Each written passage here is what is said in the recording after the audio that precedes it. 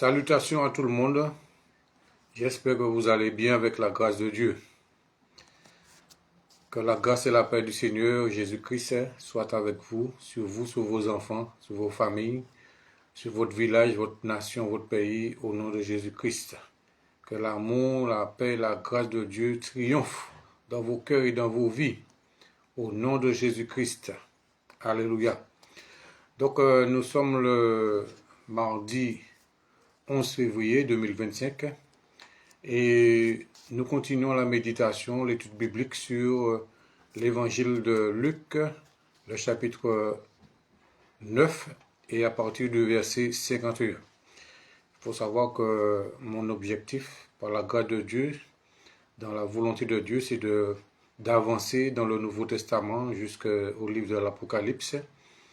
Donc j'ai commencé depuis le livre de Matthieu et Marc, et là nous sommes dans l'évangile de Luc. Et je continuerai par la grâce de Dieu, si Dieu le veut, jusqu'à l'Apocalypse. Voilà, nous avançons doucement mais sûrement parce que le Seigneur nous enseigne à travers sa parole, par son Esprit Saint. Alors que Dieu vous bénisse et je vous dis bonne méditation au nom de Jésus-Christ. Donc nous sommes dans l'évangile de Luc, le chapitre 9. Si vous pouvez suivre en même temps, je vous invite à prendre votre Bible et nous allons lire et méditer, étudier cette parole qui nous fait du bien au nom de Jésus-Christ. Vous savez que vous n'êtes pas forcément obligé d'être dans une salle pour étudier la parole de Dieu. Vous n'êtes pas obligé d'être dans quatre murs. Jésus-Christ, il enseignait partout. Ce n'est pas seulement dans la synagogue que Jésus-Christ enseignait. Jésus-Christ enseignait aussi à la montagne. Jésus-Christ enseignait sur une barque. Voilà, partout, tous les endroits étaient favorables pour Jésus pour enseigner. Donc, ce n'est pas forcément dans un bâtiment, dans une salle quelconque, dans un lieu. Non, l'Esprit de Dieu parle tantôt d'une manière, tantôt d'une autre.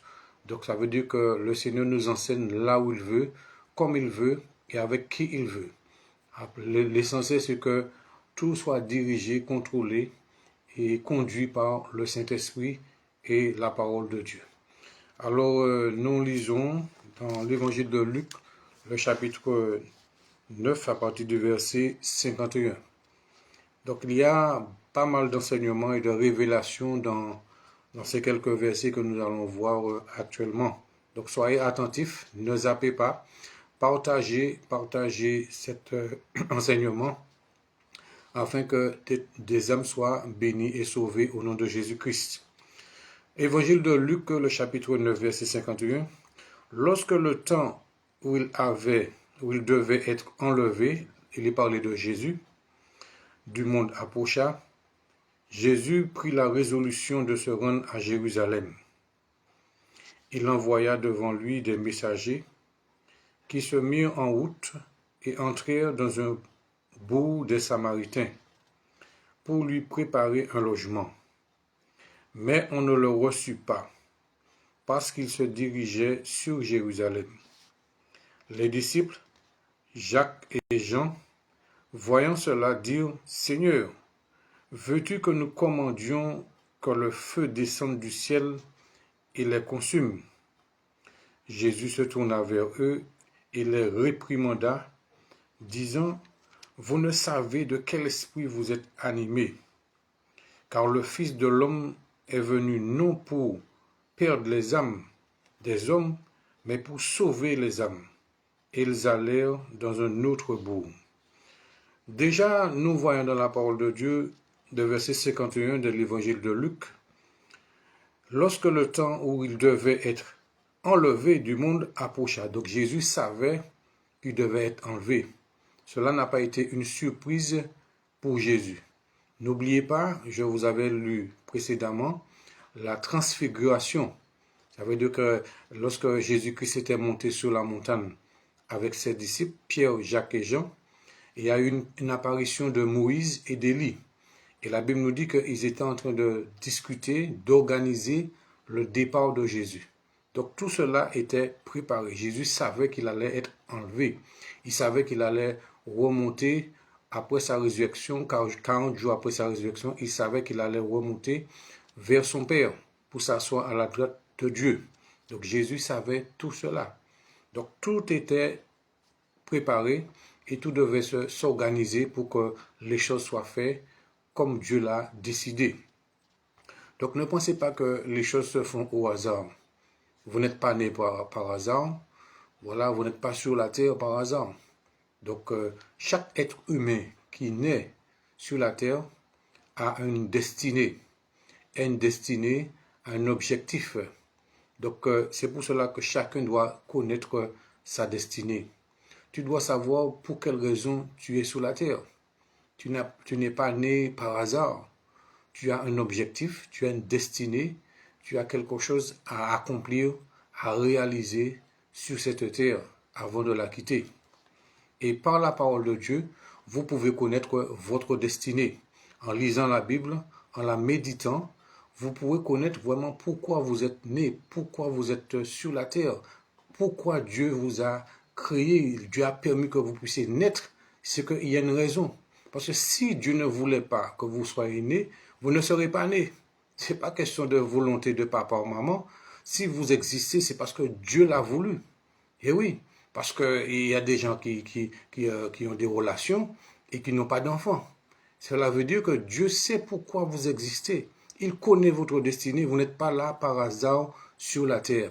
Vous n'êtes pas là juste pour manger, pour boire, pour dormir, pour aller travailler, pour avoir de l'argent et puis pour vivre comme cela, avoir une voiture et puis vous pensez que c'est ça la vie. Non. Si vous existez, c'est parce que Dieu l'a voulu et Dieu veut que vous puissiez le glorifier sur la terre. Normalement, la volonté de Dieu, c'est que tout être humain qui naît sur la terre est appelé à le glorifier. Normalement, tout être humain, homme, femme, enfant, personne âgée, peu importe votre âge, vous êtes appelé à donner gloire à Dieu. Dieu nous a créés pour sa gloire. Tout être humain, normalement, qui naît, est créé pour la gloire de Dieu. Mais beaucoup n'ont pas cette connaissance. Beaucoup n'ont pas cette révélation. C'est pour cela que les gens vivent pour eux-mêmes et vivent de n'importe quelle manière et vivent vraiment une manière qui ne plaît pas à Dieu, qui ne glorifie pas Dieu. Mais l'objectif, lorsque Dieu a créé Adam et Ève, c'est que c'était pour que Adam et Ève puissent le glorifier. C'était pour que Adam et Ève puissent lui donner gloire. Dieu a créé l'homme et la femme pour l'adorer, pour le louer, pour le glorifier, pour l'aimer. C'est pour cela que Dieu a créé l'être humain. Dieu ne vous a pas créé simplement pour vivre comme cela, indépendamment de lui. Non, vous êtes créé pour adorer Dieu. Vous existez pour adorer Dieu.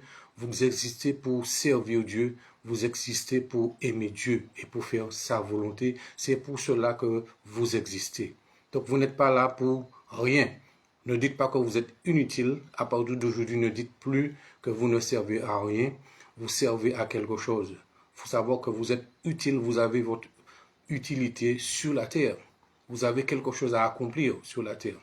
C'est pour cela, n'hésitez pas. Lisez la parole de Dieu, méditez-la, et à travers cette parole, Dieu va vous donner la révélation de pourquoi vous êtes né. Priez Dieu, invoquez le nom de Jésus, demandez à Dieu vraiment de vous révéler sa volonté en ce qui vous concerne.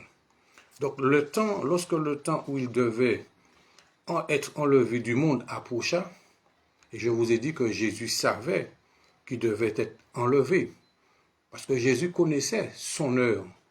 Nous, on ne connaît pas notre heure. Vous ne savez pas quel jour que vous allez quitter cette terre. Vous ne savez pas quel jour que vous devez partir, quitter cette terre. Vous ne savez pas le nombre d'années que vous avez à vivre sur la terre. Mais Dieu le sait. Et Jésus savait qu'il devait partir. Il savait qu'il devait mourir. Il a même dit à ses disciples qu'il devait mourir, qu'il devait être crucifié sur une croix, qu'il devait souffrir, qu'il devait ressusciter 3 jours après. Donc il avait déjà averti ses disciples. Mais ses disciples n'avaient pas encore vraiment compris cela. Même Pierre s'est laissé influencer par le malin qui lui a fait comprendre que voilà, Seigneur, cela ne t'arrivera pas. Ce que Dieu a décidé qui arrivera, arrivera. Personne ne peut empêcher à ce que la volonté de Dieu puisse s'accomplir. Parce que Dieu est tout-puissant. Ce que Dieu a décidé que tu seras, tu le seras. ce que Dieu a décidé que tu auras, tu l'auras. Et oui, il faut le croire, tout simplement le confesser et le déclarer. Ne doutez pas des promesses de Dieu.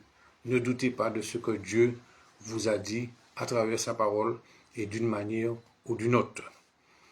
Donc Luc chapitre 9, verset 51, lorsque le temps où il devait être enlevé du monde approcha, Jésus prit la résolution de se rendre à Jérusalem.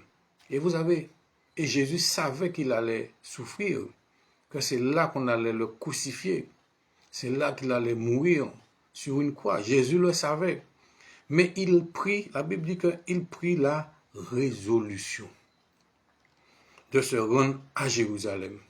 Là où on allait le crucifier, là où on allait vraiment le faire souffrir, le mépriser, l'humilier, le rejeter. Jésus savait tout cela, mais il a pris la résolution d'y aller quand même. Vous savez que lorsque Dieu vous a montré sa volonté, lorsque Dieu vous a dit ce qu'il attend de vous, prenez la résolution de faire la volonté de Dieu. Prenez la résolution de faire ce que Dieu attend de vous. Et oui, parce que nous voulons seulement faire ce qui nous plaît, nous voulons seulement vraiment faire ce que nous voulons. Mais Dieu veut que nous puissions prendre la résolution de faire sa volonté. Et oui, même si c'est difficile, même si c'est dur, mais prenons la résolution de souffrir pour la gloire de Dieu, de souffrir pour faire la volonté de Dieu. Parce que ce n'est pas toujours facile. La vie chrétienne, ce n'est pas quelque chose de facile. Jésus même l'a dit, c'est un chemin difficile, un chemin étroit. Mais nous devons prendre la résolution d'aller, de nous rendre là où Dieu veut que nous allions.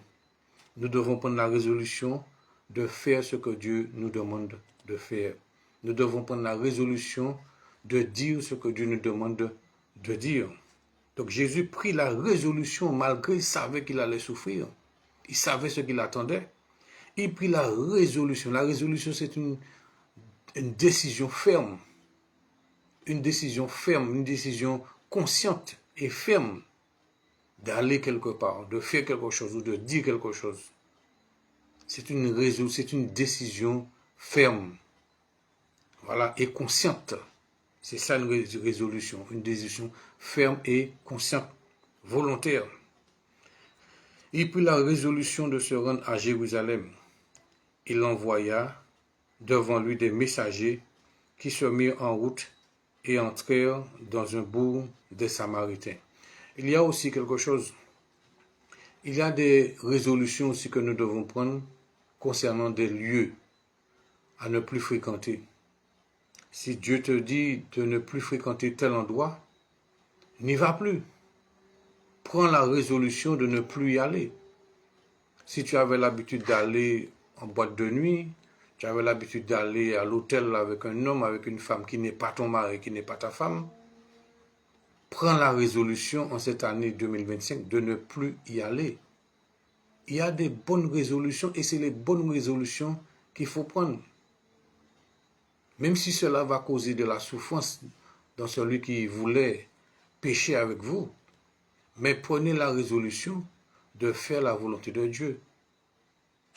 Si vous avez l'habitude d'aller dans des endroits qui ne glorifient pas Dieu, prenez la résolution cette année de ne plus y aller. Prenez la résolution de ne plus regarder, écouter des choses qui sont pour vous une occasion de chute. Prenez cette résolution-là. Prenez cette décision volontaire, ferme et consciente de ne plus regarder ni écouter ce qui ne glorifie pas Dieu. Les bonnes résolutions, c'est une décision ferme et volontaire et consciente. Et c'est cela qui va nous amener à la vie, c'est cela qui va nous amener à la liberté, c'est ce qui va nous amener à la paix. C'est ce qui va nous amener à trouver la solution à bien de difficultés lorsque nous prenons la résolution de ne plus penser, dire et faire ce qui est mal.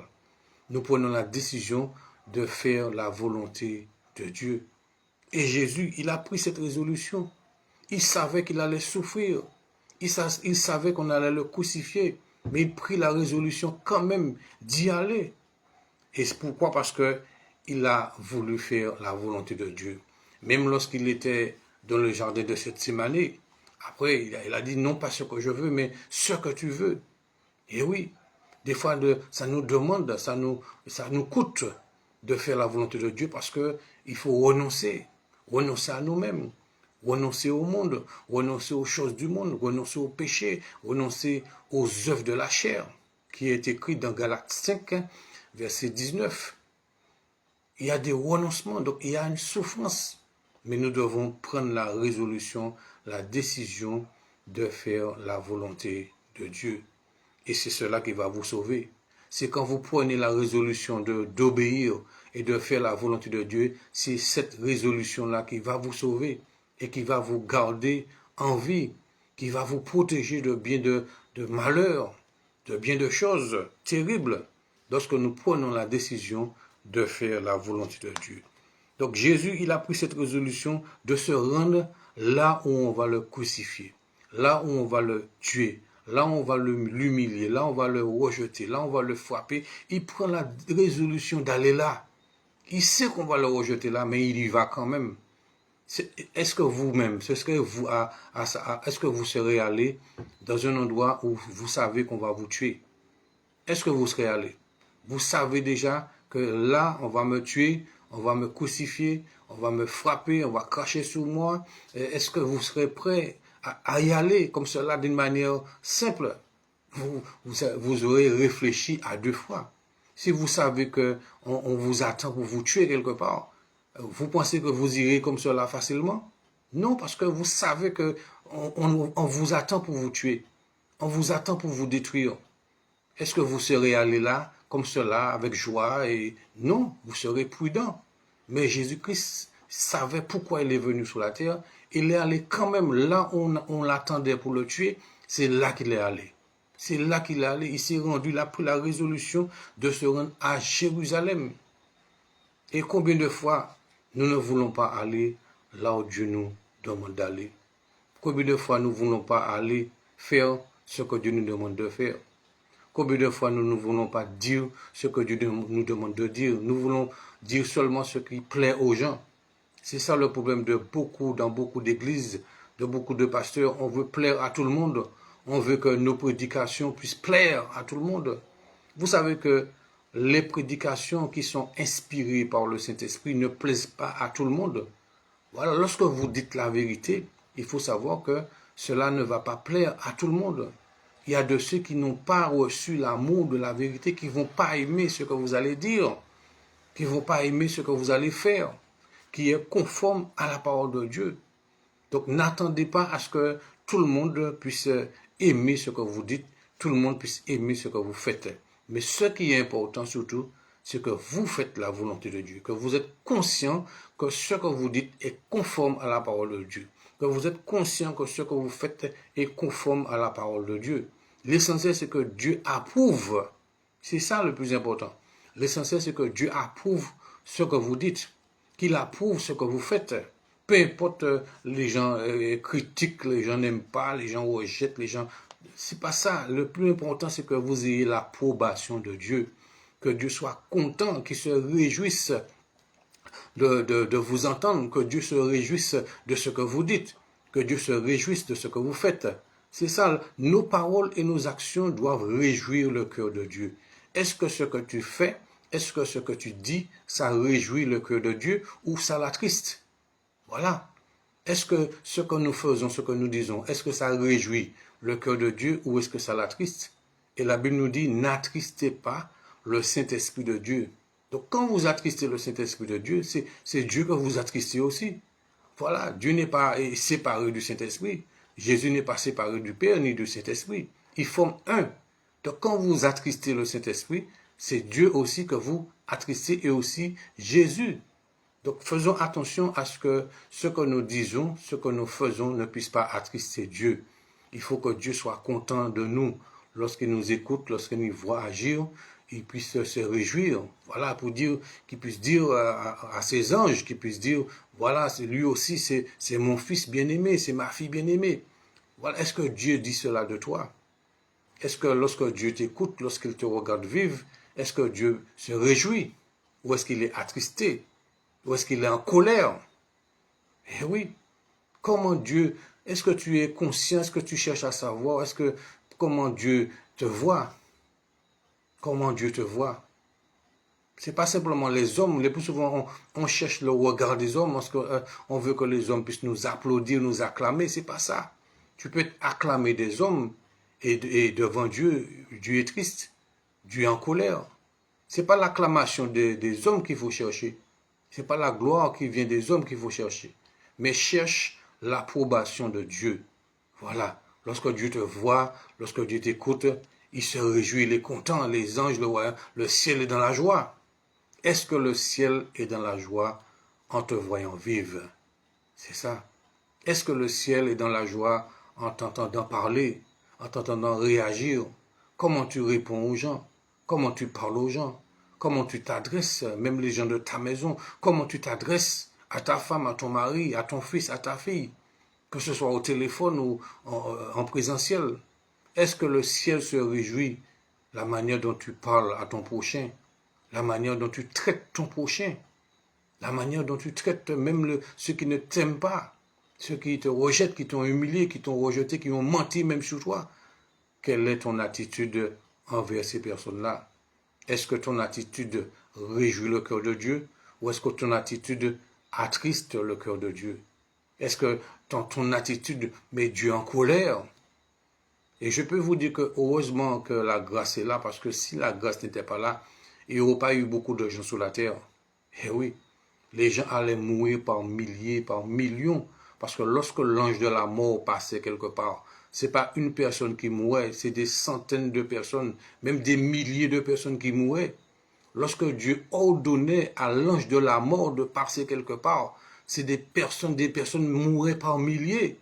Pourquoi? Parce que les gens murmuraient, les gens vivaient dans l'impudicité, les gens vivaient dans toutes sortes de choses.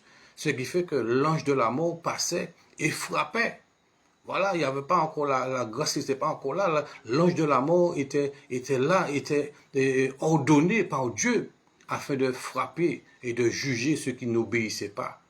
Même le murmure, vous savez que le murmure même, c'est un péché.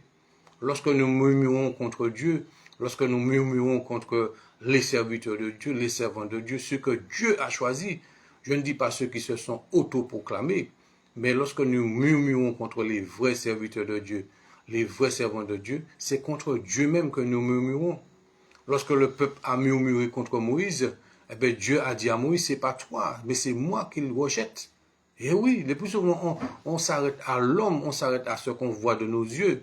Ne vous arrêtez pas à l'homme que vous voyez devant vos yeux. Ne vous arrêtez pas à la femme que vous voyez devant vos yeux. Mais derrière cet homme-là, il y a Dieu.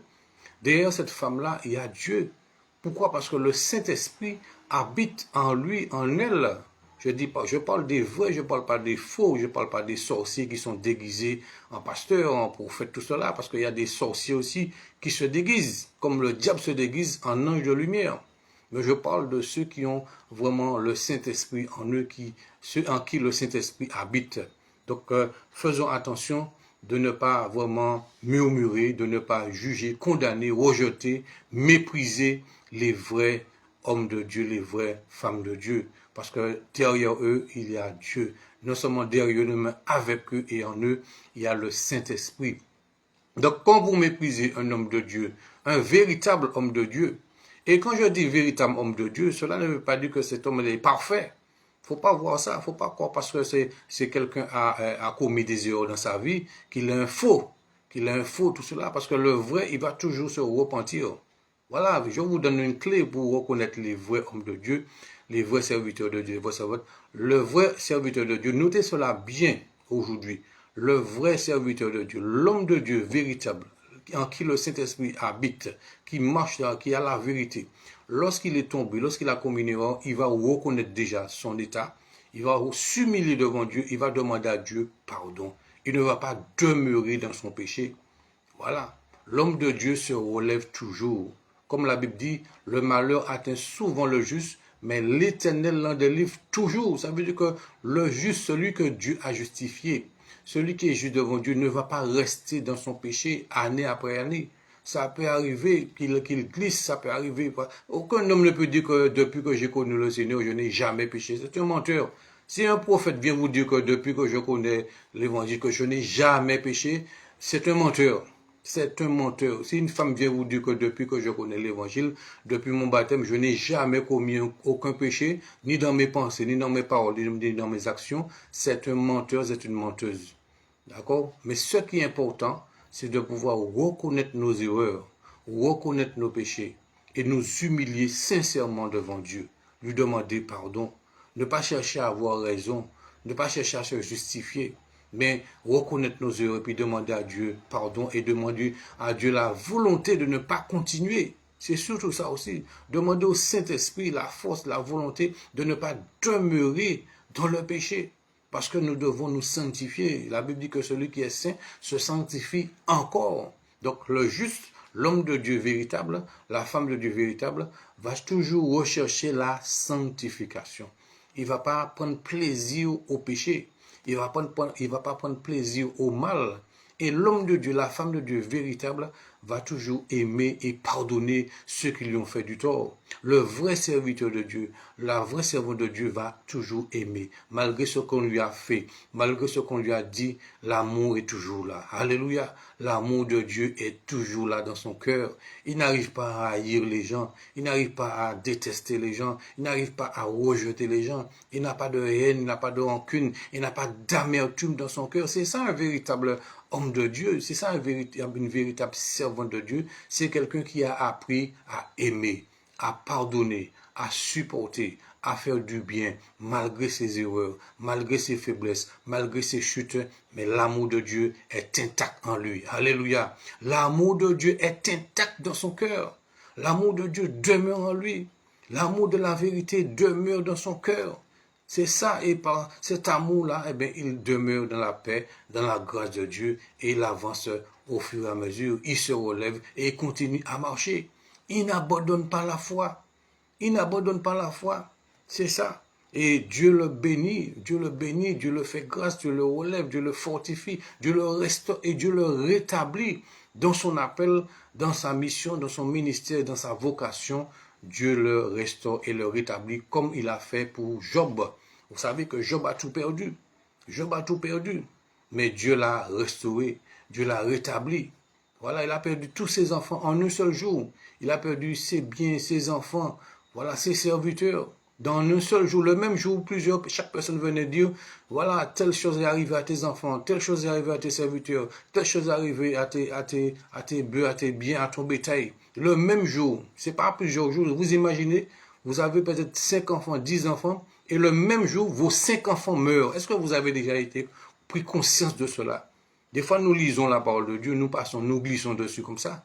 Mais est-ce que vous prenez conscience de ça? Vous avez souffert pendant 9 mois pour porter des enfants, et puis en un seul jour, tous vos enfants meurent. Vos 5 enfants, vos 10 enfants meurent. Quelle femme qui aurait pu supporter quelque chose comme ça? Quelle femme qui aurait pu tenir quelque chose comme cela?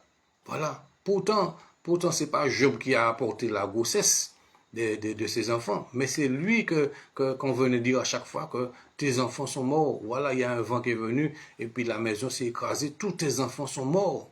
Alors vous voyez la souffrance de Job. On ne parle même pas de la souffrance de la femme. Au contraire, la femme, elle était déjà découragée. Elle est venue dire à Job, maudit Dieu et meurt. Parce qu'elle-même, elle avait perdu tout espoir. Elle avait perdu tout espoir. Mais Dieu savait qu'il allait rétablir Job, qu'il allait le restaurer. Et Job a eu encore des enfants. Tout ce qu'il a eu perdu, il a eu ça 2 fois, 3 fois, 4 fois plus. Voilà. C'est pour cela qu'il ne faut jamais vous décourager. Peu importe ce qui vous est arrivé, peu importe ce qu'on vous a dit, peu importe le rejet que vous avez subi, gardez la foi en Jésus. Ne perdez pas votre foi en Jésus. Continuez à persévérer, continuez à aimer Jésus, à l'adorer, à le louer, à lire sa parole, à écouter sa parole comme vous faites là. C'est ça qui va vous fortifier, vous encourager. Ne regardez pas à votre santé, ne regardez pas à votre corps, peu importe les faiblesses, mais l'essentiel c'est que votre esprit soit fort. Voilà, l'essentiel c'est que intérieurement vous êtes fort, vous êtes intact. Votre foi elle ne faillit, ne faiblit pas. Que votre foi ne faillit pas, que votre foi ne puisse point défaillir, mais gardez votre foi et votre confiance jusqu'à la fin en Jésus-Christ. Gardez votre foi en Jésus-Christ jusqu'à la fin, jusqu'à votre dernier souffle. Glorifiez Jésus, adorez-le, voilà, louez-le. Si vous avez, lorsque vous péchez, priez, demandez sincèrement pardon à Dieu et faites un effort pour ne pas recommencer, continuer, mais sanctifiez-vous, sanctifiez-vous. D'accord? Donc Jésus même, il savait qu'il allait souffrir à Jérusalem, il savait qu'on allait le crucifier, mais il est allé quand même. Il est allé quand même. Donc peu importe le prix que cela va vous coûter, prenez la résolution de faire la volonté de Dieu. Même si on va vous rejeter, même si on ne va pas vous comprendre, même si on va parler mal de vous, on va vous prendre pour un illuminé, pour un fanatique, toutes sortes de choses. Mais ne regardez pas à ça. Prenez la résolution de continuer à croire en Jésus. Continuez à confesser votre foi au Seigneur Jésus. N'ayez pas honte de Jésus. N'ayez pas honte de lui. Même si quelqu'un vous menace de mort, la personne va vous tuer, tout cela, gardez la foi en Jésus. Ne reniez pas Jésus. Ne reniez pas votre foi. Ne dites pas que je ne connais pas Jésus, parce qu'il y a beaucoup aujourd'hui qui ont dit cela. Peut-être qu'ils n'ont pas dit de leur bouche, mais par leur vie, on voit qu'ils ont renié Jésus. Vous imaginez des gens qui ont connu la vérité, qui ont connu la parole de Dieu, qui ont été libérés de l'idolâtrie. Et aujourd'hui, j'en vois certains qui ont laissé l'évangile, qui ont laissé Jésus et qui sont retournés dans l'idolâtrie. C'est terrible ça, qui sont retournés au chapelet, qui sont retournés voilà, aux idoles, qui sont retournés aux choses vaines, à l'idolâtrie, à l'adoration des saints. Des gens qui ont connu la vérité. Donc leur vie montre qu'ils ont renié la vérité, qu'ils ont renié Jésus, parce que Jésus c'est la vérité. Jésus c'est la vérité. Donc c'est pour cela, peu importe le prix que vous avez à payer, vous allez souffrir, mais gardez la vérité. Voilà, ne retournez pas en arrière. Ne retournez pas en arrière. Les choses que vous avez laissées, ne retournez pas dans ces choses-là. Parce que si vous retournez dans l'idolâtrie, alors que la Bible dit, fuyez l'idolâtrie. La Bible dit, fuyez l'idolâtrie, fuyez l'impudicité. Il y a des choses que nous devons fuir. Donc si Dieu même dit par son esprit, à travers son serviteur, l'apôtre Paul, fuyez ces choses-là, ce n'est pas pour retourner après. Comment vous avez fui et vous retournez encore aux choses que vous avez fait? Ça veut dire qu'il y a un problème. Vous avez perdu la foi. Beaucoup ont fait naufrage par rapport à la foi. Ils ont renié Jésus par leur comportement. Vous savez que le reniement, ce n'est pas seulement une question de dire que je renie Jésus. Ce n'est pas ça. Mais la vie que vous menez montre vraiment si vous avez renié Jésus ou pas. Parce que si on vous voit en train d'adorer des statues, des idoles, eh bien, on n'a pas besoin de chercher à savoir si vous avez renié Jésus. En faisant ça, vous avez renié Jésus. Vous n'adorez plus le Dieu véritable. Vous adorez des statues, des idoles, des images. Donc, ça veut dire que vous avez renié Jésus par vos actions, vous le reniez. Même si vous ne dites pas comme Pierre. Pierre avait dit, je ne connais pas cet homme. Mais Pierre s'est repris, Pierre s'est relevé, tout cela. Mais il y a des gens, des personnes, par leur comportement, par leur manière de faire, on voit qu'ils ont renié Jésus. Voilà, beaucoup disent que je connais Jésus, mais leur vie montre le contraire. Vous ne pouvez pas dire que vous connaissez le Dieu véritable, vous l'adorez, et en même temps vous adorez les idoles, les statues, toutes ces choses-là. Vous adorez les saints, ceci. Non. Donc celui qui continue, qui a recommencé à adorer les saints, les images taillées, tout cela, les photos, tout cela, vous êtes dans l'idolâtrie, c'est-à-dire que vous avez renié Jésus. Donc avant qu'il ne soit trop tard, parce que vous êtes encore en vie, ça veut dire que vous avez la possibilité de vous repentir. Parce qu'après la mort vient le jugement. Donc n'attendez pas que la mort puisse venir vous surprendre dans votre idolâtrie, parce que là vous serez perdu pour l'éternité. Rien ne pourra pas vous enlever de là où vous serez, dans ce lieu de tourment. C'est pour cela que pendant que vous êtes en vie, renoncez à ces choses-là. Si vous êtes retourné à l'idolâtrie, abandonnez définitivement. Demandez à Dieu pardon et puis abandonnez définitivement l'idolâtrie. Fuyez l'idolâtrie. Ne gardez pas d'images, de photos de Jésus dans vos maisons, dans vos voitures. Les photos de ceci, cela. Débarrassez-vous parce que les gens qui ont fait ces photos-là, ces dessins-là, n'ont jamais vu Jésus. Donc vous pouvez pas dire que la photo, l'homme qui est sur votre photo là, c'est Jésus qui est là. C'est pas vrai. C'est de l'idolâtrie. Je peux vous dire que je suis chez moi là. Je n'ai pas de photo de Jésus chez moi, ni de Marie, ni de Saint. Je n'ai pas ça, je n'ai pas de tableau avec photo de Jésus. Tout cela, c'est de l'idolâtrie. Débarrassez-vous de toute photo de Jésus, de Marie, de Saint ceci, de Saint cela. Si vous gardez ça dans vos maisons, vous êtes dans l'idolâtrie. Peut-être que vous allez dire, oui, mais je n'adore pas cela. Mais qu'est-ce que ça fait dans votre maison? Eh oui, voilà, vous allez peut-être dire que non, je ne me prosterne pas devant ces choses-là. Mais même si vous ne vous prosternez pas, l'image est là quand même. La photo est là quand même. C'est ça. Donc, la Bible dit de fuir, il faut fuir. Dieu a dit de ne pas le représenter par quoi que ce soit, par aucune image, par aucun objet. Donc, si Dieu l'a dit, il ne faut pas le représenter par quoi que ce soit. Ça fait plus de 2000 ans que Jésus, qui est-ce qui a vu Jésus pour dire que c'est lui qui est là, que c'est Jésus qui est là? Et des fois même, nous mentons aux enfants, on nous dit aux enfants, on dit aux petits enfants, ouais, c'est Jésus qui est là. C'est pas vrai. Parce que lorsque vous dites à un enfant, que c'est Jésus qui est là, lorsque vous montrez une image, une photo, un objet, vous entraînez aussi l'enfant à l'idolâtrie. Voilà une révélation. Quand vous dites à un enfant, l'homme qui est sur cette photo-là, c'est Jésus, vous êtes en train de créer un futur idolâtre. Mais oui, parce que cet enfant-là va grandir avec ça. Il va commencer à croire que c'est Jésus qui est là. Il va commencer à prier sur cette photo-là, à croire que c'est Jésus qui est là. Donc vous êtes en train de former, de préparer un idolâtre.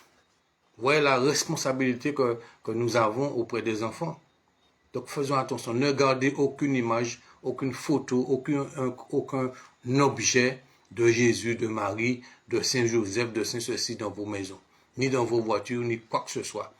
Voilà, rejetez ces choses-là, brûlez cela, ne le donnez à personne, fuyez l'idolâtrie. Même si on va vous rejeter, on va vous mépriser, on va vous dire que oui, qu'est-ce que vous arrête, est-ce que vous devenez fou, vous devenez folle. Non, non, non, vous ne devenez ni fou ni folle, vous fuyez l'idolâtrie. D'accord? C'est ce que vous faites. Et Dieu va vous bénir, il va vous délivrer. Et vous savez que toutes ces choses-là, c'est ce qui donne accès aussi aux démons dans vos maisons. Quand vous regardez des photos, des images, des objets, Dieu chose que Dieu a en horreur, parce que Dieu a horreur de l'idolâtrie. Voilà, la Bible dit que Dieu hait l'idolâtrie. Donc si vous gardez ces choses-là dans vos maisons, vous gardez ce que Dieu déteste dans vos maisons, vous donnez accès au diable. Ce n'est pas la colère seulement qui donne accès au diable, mais l'idolâtrie aussi donne accès au diable dans vos maisons et dans vos vies. Donc ce n'est pas par hasard que Dieu dit de fuir l'idolâtrie. Donc regardez bien dans vos maisons là, cherchez dans les maisons partout où il y a les photos de Jésus, de représentation de Jésus, détruisez cela. Voilà, déchirez, brûlez ces choses-là. Jésus n'est pas dans une photo. Je vous le dis aujourd'hui au nom de Jésus-Christ, peu importe le pays, la nation là où vous vous trouvez, Jésus n'est pas dans une photo. Marie n'est pas dans une photo. Marie est sauvée, elle est auprès du Seigneur.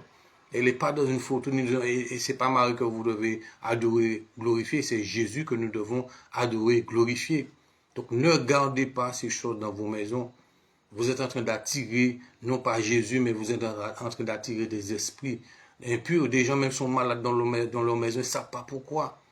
Ils savent pas, ils ont demandé à des prêtres, à tout ça, mais il y a des choses que vous gardez dans vos maisons et qui vous maintiennent dans la maladie, qui vous maintiennent dans la malédiction, qui vous maintient dans des liens ancestraux. Donc, regardez partout où vous voyez des représentations, des photos de Jésus, de Marie, des objets, tout cela, de Marie, de Jésus, de Saint. Débarrassez-vous de ces choses-là. Nettoyez vos maisons, nettoyez vos voitures, nettoyez votre entreprise aussi. Les Bouddhas, là, les gens qui avaient les Bouddhas, les objets de Bouddha, tout cela, ça c'est de l'idolâtrie, c'est une abomination. Ne gardez pas ces choses-là dans vos maisons, dans vos entreprises. C'est une malédiction pour vous et pour vos maisons et pour tous ceux qui sont dans votre maison.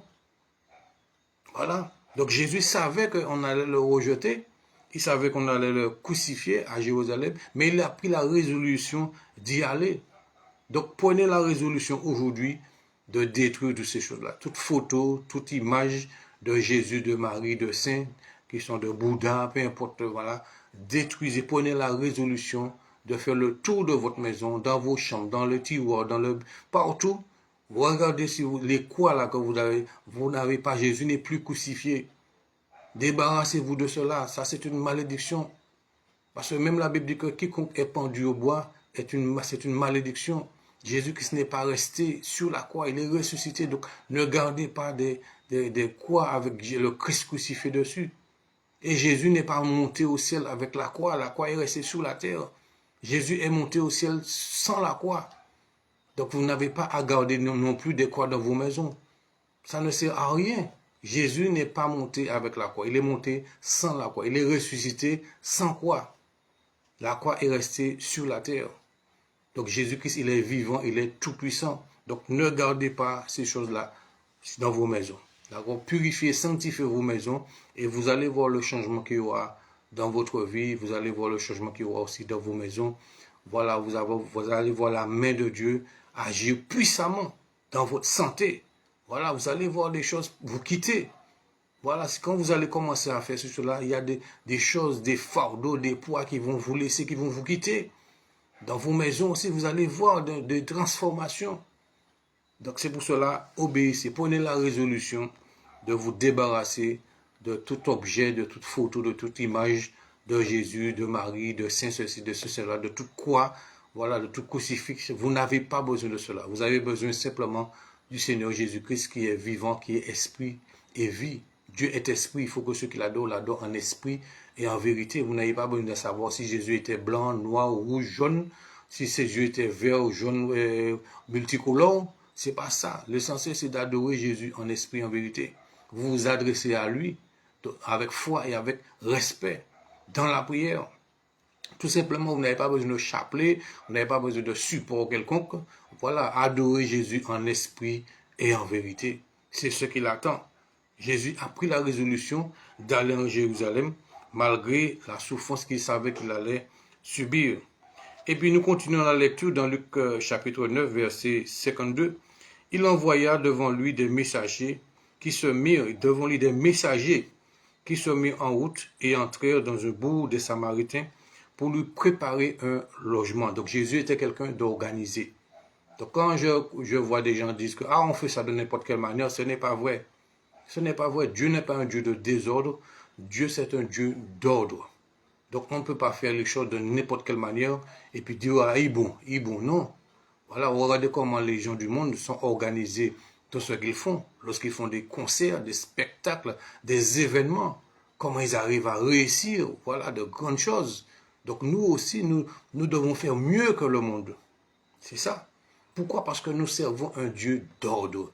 Un Dieu d'ordre. Regardez la création, regardez la mer, regardez la nature. Vous voyez comment la beauté de la création. C'est pas un Dieu de désordre qui a fait ces choses-là. Regardez la perfection de l'homme, de l'être humain. Là. Regardez comment le corps humain est fait. Donc c'est pas un Dieu de désordre qui est là. Donc nous aussi, soyons des personnes qui aiment l'ordre, la propreté, la discipline. Ça c'est important. Nos maisons aussi en tant que chrétiens, je lance une parenthèse, normalement la maison de chrétien ne doit pas être sale. Vous dites que vous êtes chrétien, chrétienne, votre maison ne doit pas être sale, en désordre, qui sent mauvais. C'est pas bon ça. Ça c'est pas un bon témoignage. Votre maison, si vous dites que vous êtes enfant de Dieu, vous servez un Dieu vivant et vrai, vous servez un Dieu d'ordre, votre maison doit être propre. Votre maison doit être bien rangée et votre maison doit être parfumée. J'ajoute même le parfum. Eh oui, apprenez à parfumer vos maisons. Achetez du parfum, parfait. Le royaume de Dieu sent bon. Vous croyez que le royaume de Dieu sent mauvais? Non. Le royaume de Dieu sent bon. Voilà. Parce que regardez bien. Quand on regarde dans l'Ancien Testament, le tabernacle, tout cela, il y avait le parfum. Le parfum était toujours là. Le parfum était toujours là, il y avait tout cela, il y avait la lampe qui était allumée, il y avait le parfum, il y avait tout cela, les pains de proposition. Dieu est un Dieu d'ordre et c'est un Dieu propre. Donc je ne comprends pas comment des gens qui se disent chrétiens, chrétiennes, et qui vivent dans la saleté, qui vivent dans la malpropreté, qui vivent dans le désordre. Et puis c'est eux qui disent les plus grands alléluia à l'église, les plus grands amen, les plus grands alléluia, mais quand vous allez dans leur maison, c'est une poubelle. C'est pas normal. Des gens qui sont propres à l'église, on les voit bien habillés, tout cela, qui disent de gros alléluia, de gros amen, qui sont les plus vus, les plus reconnus aussi, les plus, voilà, les plus remarqués. Et certaines de ces personnes-là, que ce soit hommes ou femmes, leurs maisons sont des poubelles. C'est le désordre, c'est la saleté, c'est la malpropreté, c'est les mauvaises odeurs, c'est la pourriture. C'est pas bon ça. C'est pas bon. Il y a un problème. Il y a un problème. Vous ne pouvez pas dire être serviteur de Dieu, servante de Dieu, enfant de Dieu, chrétien, chrétienne, et puis vivre dans la malpropreté, dans le désordre et dans la mauvaise odeur. Dieu n'est pas d'accord avec ces choses-là. D'accord? Vous devez vous organiser comme Jésus-Christ. Il était organisé. Il préparait tout. Voilà, Jésus-Christ était propre. Il était ordonné. Il était organisé. Donc nous aussi, nous devons suivre l'exemple de Jésus. Si nous disons appartenir à Dieu, nous devons faire comme Dieu, être comme Dieu. Voilà. Dieu a toujours dit, soyez saints et soyez parfaits. Ça veut dire, soyez comme moi. Imitez-moi. Donc Dieu aime les bonnes choses. Il a dit, hein, si vous savez donner de bonnes choses à vos enfants, combien pour forte raison votre Père qui est dans les cieux donnera-t-il de bonnes choses à ses enfants? Donc Dieu aime les bonnes choses. Donc, peu importe votre âge, que vous soyez jeune, que vous soyez adulte, personne âgée pour cela, aimez la propreté. Ne vous laissez pas aller. D'accord? Ne vous laissez pas aller dans la malpropreté, peu importe votre situation de santé, peu importe ça. Ne vous laissez pas aller. Si vous ne pouvez pas le faire, faites quelqu'un le faire pour vous. Mais ne vivez pas dans la malpropreté, dans le désordre et dans les mauvaises odeurs. La malpropreté, je vous donne encore un secret. La malpropreté, le désordre et les mauvaises odeurs, ça attire des mauvaises personnes, ça attire des mauvaises vibrations, ça attire des démons. Parce que les démons aiment ça. Et oui, les démons aiment la saleté, les démons aiment la malpropreté, les démons aiment l'impureté, les démons aiment les mauvaises odeurs. Donc c'est ça. Si vous dites être chrétien et vous vivez dans la malpropreté, le désordre et les mauvaises odeurs, ce n'est pas les anges de Dieu que vous allez attirer dans vos maisons. C'est les démons. Donc ne vous étonnez, des démons impurs, voilà, des esprits méchants. Alors n'attendez pas que c'est les anges de Dieu. Non, les anges de Dieu, ils sont propres. Les anges de Dieu aiment des endroits qui sont propres, des endroits qui sont rangés. C'est là. Donc si vous dites que vous servez un Dieu d'ordre, eh bien manifestez-le dans votre vie et dans votre maison aussi. Ne vivez pas dans la malpropreté, dans le désordre et dans les mauvaises odeurs. À partir d'aujourd'hui, prenez la résolution de nettoyer votre maison, de ranger votre maison et de parfumer votre maison. C'est ça. Et puis d'enlever toutes les choses qui ne glorifient pas Dieu. Toutes les idoles, les statues, les images, les chapelets. Débarrassez-vous de ces choses-là. Peu importe la personne qui vous a donné ça. Les fétiches aussi. Pour les gens qui ont des fétiches dans vos maisons. Débarrassez-vous des choses là, les choses qu'on vous a dit que c'est porte-bonheur là. C'est pas vrai. Le porte-bonheur, c'est la parole de Dieu qui est le porte-bonheur. Alors, débarrassez-vous des porte-bonheur qu'on vous a donné là. Pour mettre sur vous, pour mettre dans vos doigts, dans votre cou. Voilà. Donc c'est pour cela que il faut vous débarrasser de tout ce qui ne glorifie pas Dieu. Tous les porte-bonheur, les fétiches qu'on vous a donnés là, débarrassez-vous des fétiches que les sorciers vous ont donnés. Vous dites que vous êtes converti, vous ne pouvez pas garder les choses de la sorcellerie dans vos maisons. Si vous appartenez au Seigneur Jésus, si vous êtes réellement repenti, converti, né de nouveau, vous ne devez pas garder les choses de la sorcellerie dans vos maisons, ni dans vos voitures, ni dans vos vêtements. Il faut détruire, brûler ces choses-là. Et oui, si vous ne pouvez pas le faire, appelez le pasteur, appelez l'homme de Dieu, la femme de Dieu, afin de pouvoir nettoyer cela. Brûler ces choses-là. Faites comme les chrétiens, lorsqu'ils ont entendu la parole de Dieu, ils ont amené tous les livres de magie qu'ils avaient.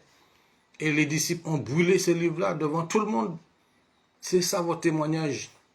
Peu importe le prix que cela vous a coûté. Si vous avez des livres de magie dans vos maisons, voilà, mettez tout cela dans un sac. Tous les statues, les crucifixes, tout cela, les images de Marie, de Jésus, de saints.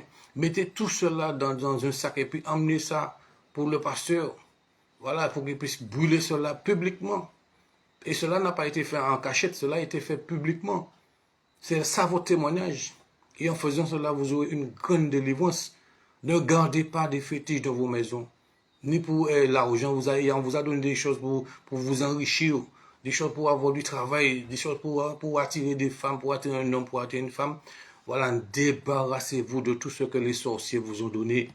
Et si vous êtes sorcier, vous qui êtes là, qui me regardez là, qui écoutez, repentez-vous aussi de la sorcellerie.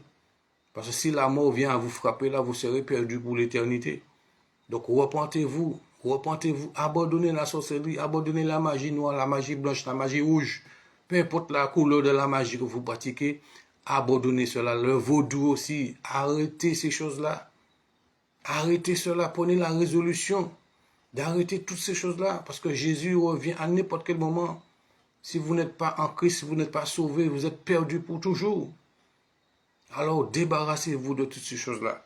D'accord? Et le Seigneur vous fera grâce. Et vous venez à Jésus, priez Jésus, demandez à Jésus de vous sauver, de vous pardonner et de vous délivrer, de vous sauver, de vous donner la vie éternelle, de vous pardonner vos péchés. Demandez à Jésus de sa grâce, mais ne restez pas dans ces choses-là. Ne demeurez pas dans ces choses-là. Vous êtes en train de vous perdre en faisant cela. Donc, voilà ce qui s'est passé. Jésus, il a demandé à ce qu'on puisse préparer un lieu pour lui. Voilà. Il envoya devant lui des messagers qui se mirent en route et entrèrent dans un bourg des Samaritains pour lui préparer un logement. Donc, Jésus organisait ses voyages. Il organisait ses déplacements. Donc, nous aussi, comme je vous ai dit, nous devons être des personnes organisées, propres. Voilà, et puis aimer la propreté, aimer l'organisation, aimer vraiment ce qui est bon devant Dieu. Mais on ne le reçut pas. Ça veut dire qu'on ne reçut pas Jésus. Parce qu'il se dirigeait vers Jérusalem. Donc, il y a des endroits que vous n'allez pas reçu. Jésus, on ne l'a pas reçu partout. Et oui. Et vous allez voir comment il faut réagir lorsqu'on ne vous reçoit pas quelque part. À un moment donné, Jésus avait dit que si, lorsque vous prêchez et puis on ne vous reçoit pas, partez, secouez la poussière de votre pied, voilà, et puis le jugement de Dieu va tomber après. Mais regardez ce qui s'est passé, écoutez ce qui s'est passé. Donc, lorsqu'ils étaient en route, mais on ne le reçut pas parce qu'il se dirigeait sur Jérusalem. Les disciples, Jacques et Jean, les disciples qui étaient calmes, normalement, c'est pour cela, faites attention, les gens qui sont calmes. En principe, on n'entendait pas tellement Jacques ni Jean, c'est plutôt Pierre qui parlait. Mais là, c'est pas Pierre. Voilà, vous voyez comment lorsqu'on médite la parole de Dieu, Dieu nous ouvre les yeux, c'est des petits détails. C'était toujours Pierre qui parlait, qui réagissait. Pierre était vraiment quelqu'un de très émotif, quelqu'un qui réagissait. Mais là, c'est pas Pierre qui parle là, c'est Jacques et Jean, des disciples qui étaient calmes. Mais là, ils étaient plus calmes là. Pourquoi? Parce qu'on les a pas reçus. On ne les a pas reçus. Mais lorsqu'on ne te reçoit pas quelque part, reste calme. Voilà. Si on ne te reçoit pas dans un bureau, on ne te reçoit pas dans un lieu, tout cela, reste calme. Reste calme. Voilà ce qui s'est passé. Les disciples, Jacques et Jean, il n'est pas parlé de Pierre là, voyant cela, dirent, donc ils ont vu qu'on ne le reçoit pas. Personne ne voulait, voilà, donner à Jésus un logement pour que Jésus-Christ puisse venir à Jérusalem. Les disciples Jacques et Jean, voyant cela, dirent, Seigneur, veux-tu que nous commandions que le feu descende du ciel et les consume? Voyez la question qu'il pose à Jésus. Veux-tu que nous commandions que le feu descende du ciel et les consume? Je vous dis que si Jésus-Christ les avait donné l'autorisation, ils allaient le faire. Hein? Ils étaient prêts à le faire. Hein? Ils étaient prêts à commander le feu pour que le feu puisse consumer les gens qui ne les ont pas reçus, les gens qui ont refusé de leur donner un logement. Donc lorsqu'on te refuse de te donner quelque chose, ne cherche pas à ce que le feu détruise ces personnes-là. Voilà. Ne cherche pas à ce que le feu détruise les gens qui t'ont refusé quelque chose. Voilà ce que Jésus dit. Jésus se tourna vers eux et les réprimanda. Jésus ne les a pas dit, oui, voilà, allez-y, voilà, ils sont méchants, ils sont mauvais, ils ne nous ont pas reçus, tout cela. Non, Jésus les réprimanda, disant, vous ne savez de quel esprit vous êtes animés, car le Fils de l'homme est venu non pour perdre les âmes des hommes, mais pour les sauver. Et ils allèrent dans un autre bourg. Vous voyez la sagesse de Jésus? Jésus aurait pu être de leur côté pour dire, c'est vrai, effectivement, voilà, eh bien, allez-y, que le jugement de Dieu tombe sur eux, tout cela. Non. Jésus a dit, vous ne savez de quel esprit vous êtes animés. Jésus les a réprimandés. Donc, lorsque vous demandez à ce que le feu de Dieu tombe sur quelqu'un qui vous refuse quelque chose, vous n'êtes pas animé du Saint-Esprit. Vous n'êtes pas animé de l'Esprit de Dieu. Vous êtes animé d'un esprit de méchanceté. Et oui, quand quelqu'un vous refuse de vous donner quelque chose, et si vous demandez à ce que la colère, le jugement de Dieu frappe cette personne-là, vous n'êtes pas animé de l'Esprit de Dieu. Vous êtes animé d'un esprit méchant, d'un esprit mauvais, d'un esprit impur. C'est pour cela, ne demandez pas la mort du méchant. Jésus l'a dit, depuis l'Ancien Testament, Dieu ne veut pas la mort du méchant, mais qu'il se repente et qu'il vive. Voilà la volonté de Dieu. Donc, ne demandez pas la mort de ceux qui ont mal agi envers vous. Ne dites pas, ah, je vais réciter un psaume pour lui, je vais réciter un psaume contre cette personne-là. Non, non, non. Le but de la parole de Dieu, ce n'est pas pour que les gens puissent, pour assommer des gens avec des versets.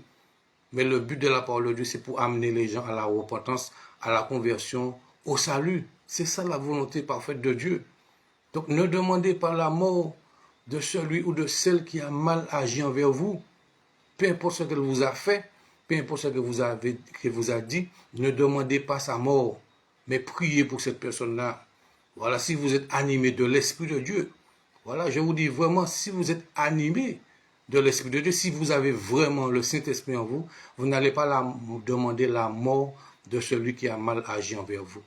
Il vous a laissé avec 2, 3, 4 enfants, il vous avait promis le mariage, et il est parti se marier avec quelqu'un d'autre, il vous a laissé seul, et peut-être ça fait des années que vous avez ça dans le cœur, sur le cœur.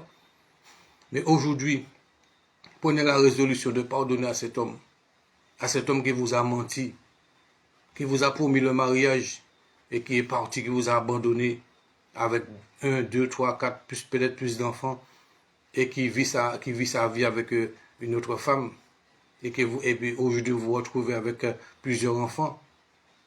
Mais il faut savoir que ne gardez pas rancune, ne demandez pas la mort de cette personne-là.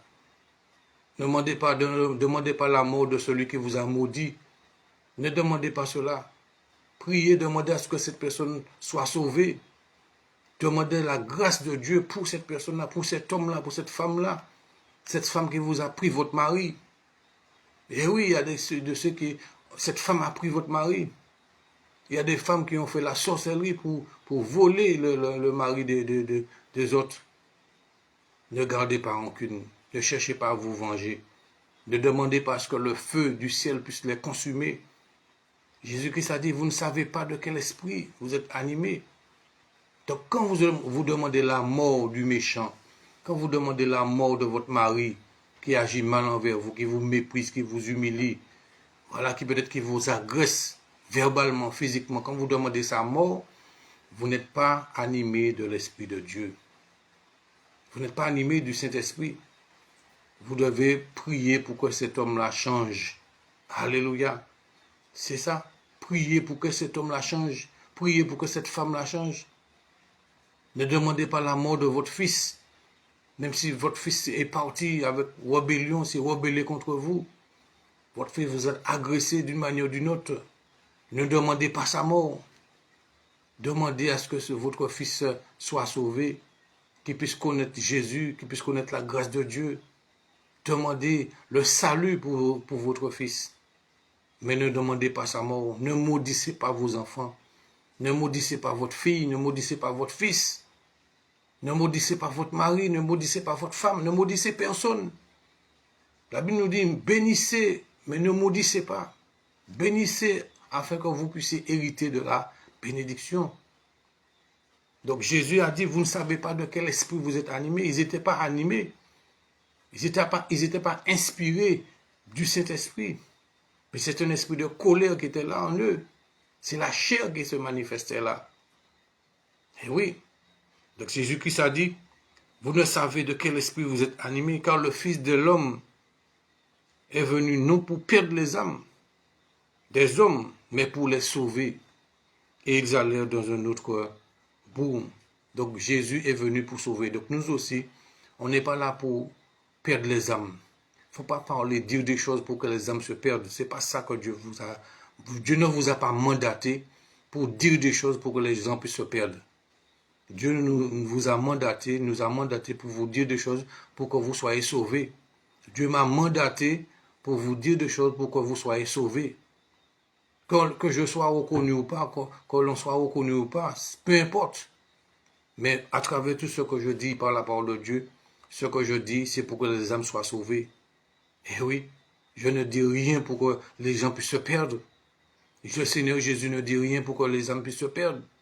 Donc nous aussi ne disons rien, ne faisons rien pour que les gens puissent se perdre, mais agissons, parlons pour qu'ils puissent être sauvés, pour qu'ils puissent connaître Jésus, pour qu'ils puissent expérimenter la grâce de Dieu. Donc le Fils de l'homme est venu non pour perdre les âmes, mais pour les sauver. Donc il faut savoir que chaque fois que vous demandez la mort de quelqu'un, par méchanceté, par colère, par vengeance, par haine, vous n'êtes pas animé de l'Esprit de Dieu. Ne dites pas que c'est le Saint-Esprit qui est là, non. Voilà. Le Saint-Esprit va vous pousser toujours à aimer les gens, à les pardonner, à les supporter, à prier pour eux, à leur faire du bien en parole comme en action.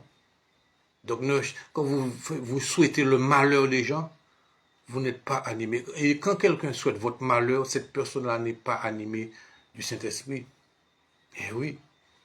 Je ne comprends pas aujourd'hui des gens qui se disent prophètes puissent maudire les gens. Comment vous dites que vous êtes prophète et puis vous maudissez les gens? Vous maudissez les gens qui quittent votre église. Vous les maudissez. C'est pas normal. Comment un pasteur peut maudire les âmes qui sont là dans l'église, prononcer des paroles de malédiction sur les gens? Mais de quel esprit, je vous pose la question, mais de quel esprit vous êtes animé quand vous maudissez les gens?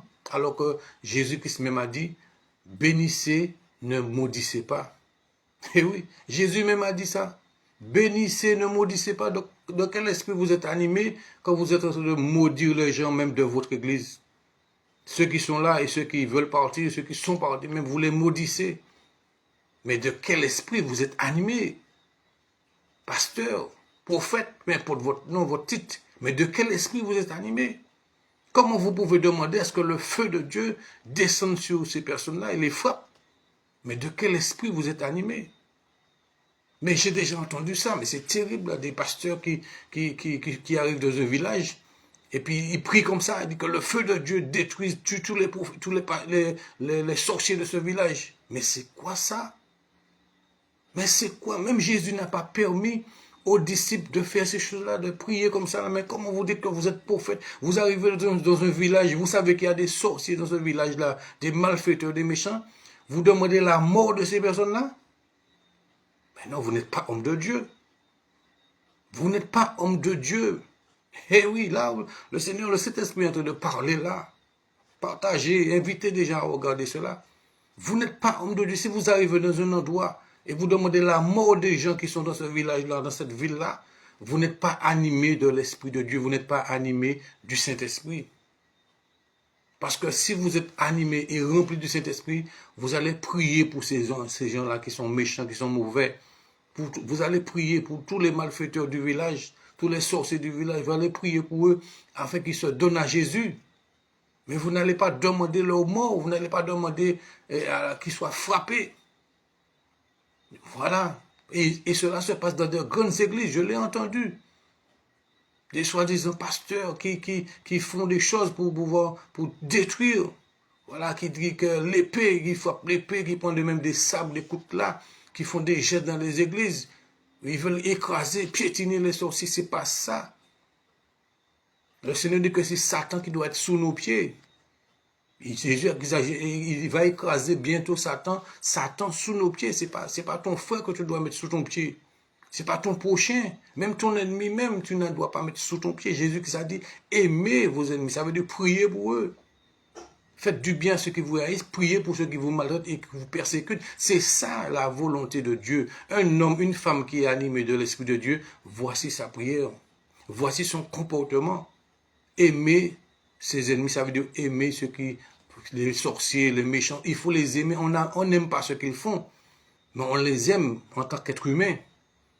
Eh oui, on les aime en tant qu'être humain, en tant que créature de Dieu. Nous devons les aimer, nous devons prier pour eux, et non pas demander le malheur pour eux, non pas demander qu'ils se perdent, qu'ils soient morts, qu'ils soient tués. C'est pas cela.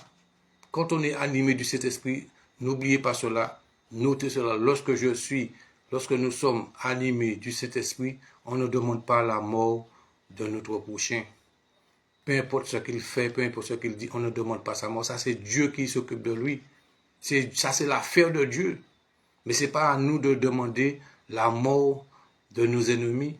Ce n'est pas à nous de demander la mort du méchant. Parce que Dieu ne veut pas la mort du méchant. Dieu veut que le méchant se repente et qu'il vive, qu'il soit sauvé. Voici la volonté de Dieu. Donc lorsque nous sommes animés de l'Esprit de Dieu, nous devons avoir les mêmes sentiments. Demandez à ce que les méchants qui sont dans votre quartier là, qui sont autour de vous, voilà, que les gens qui sont dans votre quartier autour de vous, qui parlent mal de vous, qui ont peut-être lâché des choses devant votre maison, qui ont lâché, il faut de la sorcellerie autour de vous. Ne demandez pas la mort de ces personnes-là, mais demandez la grâce de Dieu pour ces personnes-là. Demandez que ces personnes-là puissent se repentir, qu'ils puissent connaître Jésus et qu'ils soient sauvés. C'est ça qu'il faut demander. Parce que la bénédiction est plus grande et plus puissante que la malédiction. D'accord? Mais ne cherchez pas à écraser qui que ce soit. Non, mais laissez Dieu vous transformer et laissez Dieu agir. Donc Jésus a dit, vous ne savez pas de quel esprit vous êtes animé. Le Fils de l'homme est venu non pour perdre les âmes des hommes, mais pour les sauver. Donc nous aussi, en tant qu'enfants de Dieu, en tant que servants de Dieu, serviteurs de Dieu, en tant que disciples de Jésus-Christ, on n'est pas venu pour perdre les âmes des hommes, mais on est là pour les sauver. De même que Dieu nous a sauvés aussi, nous devons parler et agir pour que les autres aussi soient sauvés. Voici la volonté de Dieu. Voilà. Voici la volonté de Dieu pour les enfants de Dieu, pour ses disciples. Vous qui dites que vous êtes disciples de Jésus, eh bien, la volonté de Dieu, c'est que tu puisses parler, agir pour que les gens soient sauvés. C'est ça, ta mission. Parle et agis pour que ceux qui t'entendent, ceux qui te voient, puissent connaître aussi et expérimenter la grâce de Dieu, l'amour de Dieu, le pardon de Dieu. C'est ça. Peu importe ton ministère, c'est ça la mission. Parlez et agissez pour que les gens soient sauvés, que leur âme soit sauvée, que leur âme ne se perde pas. D'accord? Ne dites rien, ne faites rien pour détruire les gens. Ni par vos paroles, ni par vos pensées, ni par... Ne faites rien, ne dites rien pour que les gens se perdent. S'ils choisissent de rester dans leur voie, ça c'est leur responsabilité. Ah oui, s'ils choisissent de rester méchants, ça c'est leur responsabilité. Mais vous-même, vous priez pour eux, tout simplement. Vous leur faites du bien et vous priez pour eux. Et vous les aimez.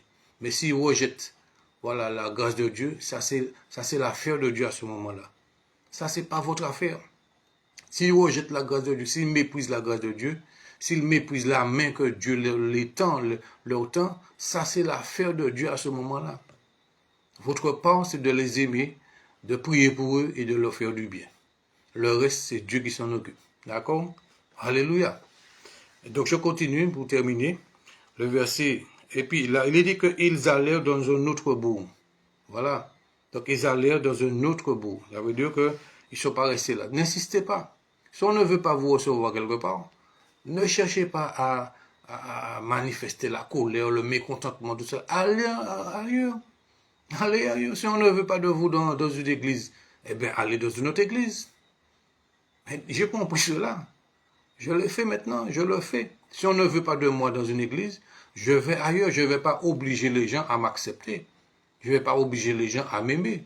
Je ne vais pas obliger les gens à me supporter. Non. On ne veut pas de moi à tel endroit. Je vais ailleurs. Jésus-Christ même, lorsqu'on le rejetait, on ne voulait pas de lui, on ne croyait pas en lui, on ne croyait pas en ses miracles. Il allait ailleurs. Il ne restait pas là. À cause de crédulité des gens, eh bien, il allait ailleurs. Il allait là où il était reçu. Donc, on n'est pas plus grand que Jésus. Même Jésus a dit que le serviteur n'est pas plus grand que le maître. D'accord? Voilà. Donc, voilà, même Jésus même. Mais Jésus même, il y a des endroits où on voulait le jeter. Voilà. Et Jésus n'est pas resté là à se laisser faire. Il allait, il partait. Voilà, il passait au milieu d'eux. Plusieurs fois, on a saisi Jésus pour le tuer, pour le lapider, mais pour le jeter. Jésus n'est pas resté là, il allait ailleurs. Même Jésus l'a dit. Vous connaissez, c'est vous qui êtes chrétien, enfant de Dieu, vous avez déjà lu cela. Jésus a dit que lorsqu'on vous persécutera dans une ville, allez, fuyez dans une autre. Vous avez déjà entendu cette parole-là. Lorsqu'on vous persécute quelque part, que ce soit dans une église, c'est ça. Et c'est pour ça que des moments, je dis, il y a des gens qui me disent, mais oui, je suis dans une église là, on me persécute, on me méprise, je suis humilié, mais mon frère, va ailleurs. Va ailleurs. Si tu es dans un lieu, dans une église, et puis tu es maltraité, tu es humilié, méprisé, rejeté, persécuté, va ailleurs, mon frère, va ailleurs, ma soeur. Parce que Dieu nous conduit, le convoi de le psaume 23, là où Dieu nous conduit, c'est pour que notre âme soit restaurée. Alléluia. Le bon endroit pour toi, c'est là où ton âme est restaurée. Là où tu vis, là où tu seras épanoui, là où ton âme sera restaurée. Voilà, là où tu vas vraiment expérimenter l'amour de Dieu à travers les frères et sœurs. Là où vraiment tu es reçu, bien reçu, accueilli. D'accord? Donc il ne faut pas rester courageux. Il y a des chrétiens qui souffrent. Ah oui, mais la Bible dit n'abandonnez pas votre assemblée. C'est pas ça. L'assemblée, c'est pas la dénomination. L'assemblée, c'est pas les quatre murs. Le Seigneur a dit, n'abandonnez pas votre persévérance. C'est ce que ça veut dire. N'arrêtez pas de vous rassembler, de vous réunir. Ça n'a rien à voir avec une dénomination, une étiquette religieuse. Donc si vous souffrez quelque part, vous êtes continuellement, jour après jour, semaine après semaine, mois après mois, année après année, vous êtes humilié, méprisé, rejeté, allez ailleurs. Allez là où votre âme sera épanouie, là où votre âme sera restaurée, là où on va vous respecter, là où on va vous reconnaître. Eh oui. Donc si là où vous êtes, on ne vous reconnaît pas, on ne vous respecte pas, mais qu'est-ce que vous faites là? Qu'est-ce que vous faites là? Voilà, je vais là où je suis reconnu, là où je suis respecté, là où mon âme est épanouie, là où je suis en bonne santé. Voilà, je vais dans un vert pâturage, comme le psaume 23 le dit. Dieu me conduit dans le vert pâturage et il restaure mon âme. Donc je vais là où mon âme sera restaurée, là où je serai épanoui. Voilà, là où mon âme vit, là où je serai dans l'amour, dans la paix, dans la joie. Mais je ne peux pas rester, demeurer dans un endroit où je suis méprisé, humilié, rejeté, dérespecté, non, mis de côté, tout cela. Non, non, non, non, non. D'accord? Dieu nous a appelés à vivre en paix et à nous épanouir. D'accord? Donc vous n'êtes pas obligé de rester toute votre vie, tout le restant de votre vie, dans un endroit où vous n'êtes pas épanoui, dans un endroit où vous êtes continuellement en train de pleurer. Mais non, mais non. Donc si on vous persécute, on vous méprise, on vous humilie, on vous rejette, on vous met de côté quelque part, allez là où votre âme sera respectée, là où vous serez reconnu, là où vous serez honoré, là où vous serez vraiment épanoui. D'accord? Et puis laissez le Saint-Esprit vous diriger. Donc Jésus même, il ne restait pas partout. Hein. Là où on ne voulait pas de lui, eh bien il partait. Là où on ne voulait pas de Jésus, il partait. Donc là où on ne veut pas de vous aussi, partez, ne restez pas là où on ne veut pas de vous. C'est tout simplement fuyez, comme la sœur dit, fuyez. Voilà, lorsqu'on vous persécute dans une ville, Jésus même l'a dit, fuyez dans une autre. Jésus l'a dit, hein, Jésus le maître, le Seigneur qui l'a dit, lorsque vous serez persécuté dans une ville, fuyez dans une autre. Lorsqu'on vous êtes persécuté, on vous persécutera dans une église, parce qu'il a parlé de ville, ça peut être aussi une église, ça peut être un lieu, peu importe le lieu où on vous persécute, vous n'êtes pas obligé de rester là. Vous n'êtes pas obligé.